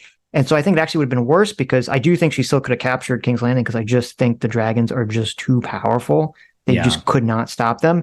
But then it would have been like, okay, but the White Walkers just took over half the country and are marching down to King's Landing. So good luck. No, fair enough. I didn't think about that angle where she might actually play hardball and be like, "No, you fucking deal. You deal with the White Walkers. I'm not dealing with it." That's an interesting part. I also, as far as the books go, I will say somebody I ended up liking much more than since we're talking Lannisters is Kevin. Kevin Lannister is so much. Well, he doesn't really have a character in the show. He's great in the books. Yeah, 100%. Well, I mean, same thing. Like Jamie's my favorite book character. I love him, and then in the show, he's sort of. I don't know. You didn't like the natural conclusion to his story in the show where he goes back to Cersei, clearly the way God intended. Well, it's just, to me, I love in the book, Jamie's character is like, he's the guy, he literally, I love how in the books, he's like he's this huge asshole. You're seeing him from everyone else's perspective. He's like rich, privileged, the best swordsman in the realm. Double-handed. He's got double-handed. He's like he's supposed to be like the privileged jock at the frat that you like hate. And then when Chad, right, he's like the super Chad asshole. Then when you get his perspective, you realize everything you thought about him was wrong. That he grew up literally like, I want to be the most virtuous, awesome knight in like the world, and then he got slapped hard by like how much everything sucks, and it turned him into like a cynical asshole because he became so disillusioned with everything. And I was like, wow, it's such an interesting character. And then him trying to like, once he loses his hand and loses his power, he starts to kind of go back to like the idyllic version he wanted, but in kind of a more realistic way. And then obviously that's all removed from the show. So no, yeah, we got a couple $20 super chats here, Sitch. Yes, sir. Sammy G. I'm just like, Chad is not really into the Game of Thrones diversion for 45 minutes. So that's fine. That's all I had. Are any of the questions directed to me or? Sammy G for $20 says, pondering politics has convinced me to vote for Trump. I wasn't sure, to be honest. I want Trump to win just to make people who think it's okay to call one-sided evil cry. It's not about policy or liking Trump. Trump is a human middle finger. Wow, look at that. You've got a whole extra voter there. Look, Sitch is not going to vote for Trump. Sitch, that's now exactly Sammy why G is going to vote for Trump. That's why you've got to vote for Biden now. The cancel out Sammy. Yes, exactly. Yeah. All right, was there another one? PC says, an hour behind, but is Pondering saying there's no neutral position? Not voting for either candidate is one less vote for my team. Therefore, you're supporting the other team. Everything is political? Yes, everything is political. I think that there are degrees of harmfulness. So I think that not voting for Trump is less harmful than voting for Trump, but I think it's still more harmful than voting for Biden when the stakes are high. Mm-hmm. You got another one? I can do one more. Big Hoth says, for €20, thank you, Big Hoth, says, as someone who is a small conservative small C European style conservative, the polarization in the U.S. seems like PP thinks there's no place for any form of conservatism. I like his take on this. That he thinks there's I think there's no place for conservatism in America. I would like to see it wield less political power. That'd be great. But again, I think it's all relative. I've been called conservative relative to other progressives, but simply because like I'm a social democrat instead of a soc dem. Yeah, I'm a social democrat and not a socialist, right? So you want to preserve some level of capitalism, which according to some people makes me conservative. Well, yeah, but obviously you can be a Democrat and be in favor of capitalism. Right. No, I agree. But I'm talking about some people say that because I'm talking about from your vantage point, not what crazy. Yes, I would like to see. I would like to see people. I would like to see more conservative people than me be less conservative, and I would. Do you think that conservatism has any value in America? Like, in theory, as in good faith, like in a good faith system, like a brake check, definitely. I think that a car shouldn't just have an accelerator, even if we need to keep going forward. Mm-hmm. I don't know if that's a workable metaphor, but even if like the destination requires us to go forward, you still want brakes just in case you go too fast or if you're veering off in the wrong direction. But it's not like you stand still, and it's not like you go 10 miles per hour. I think that there's a timeline out there where there's a good faith conservative party, which I would argue, by the way, that Trump isn't a conservative. I think that he's made that abundantly clear in his political history. Yeah, 100%. And we actually discussed this in previous video or in the previous stream. You all brought up an example of like a personal ethic that you could identify as conservative, which is the pull yourself up by your bootstrap mentality. I think that that's a great personal ethic to teach, but I think it's a terrible basis for legislation. So I think interpersonally and legislatively, there is some basis for some degree of relative conservatism, but it just depends on the flavor and the abundance and how it manifests. So is this all hypothetical, or do you think that the conservatives in America have ever in your lifetime manifested this break properly? I need to think about it. I don't have any examples offhand, but it's entirely possible. I certainly don't think that the GOP in its current iteration serves that brake check. I think I think that it's in terms of its leadership, in terms of the conservative thought leaders behind it. So people who don't necessarily wield state power, but like Charlie Kirk and Ben Shapiro, Steven Crowder, et cetera, and so forth. I think it's a bad faith, disloyal opposition party. I think that and that's something that we could discuss about if you guys have ever, any interest in further discussions, because that's something I care a lot about is the GOP. Just this country is so stacked in ways which favor the right from a civic and institutional perspective, from separation of powers all the way down to the Electoral College, the dispensation of legislation or state legislatures, 30 out of 50 state legislatures, They control the Supreme Court. I mean, modern politics in the United States is affirmative action for the GOP in ways which is profoundly frustrating. Shuan Head has a question here. She's and I don't Shu. I'm not sure what this means.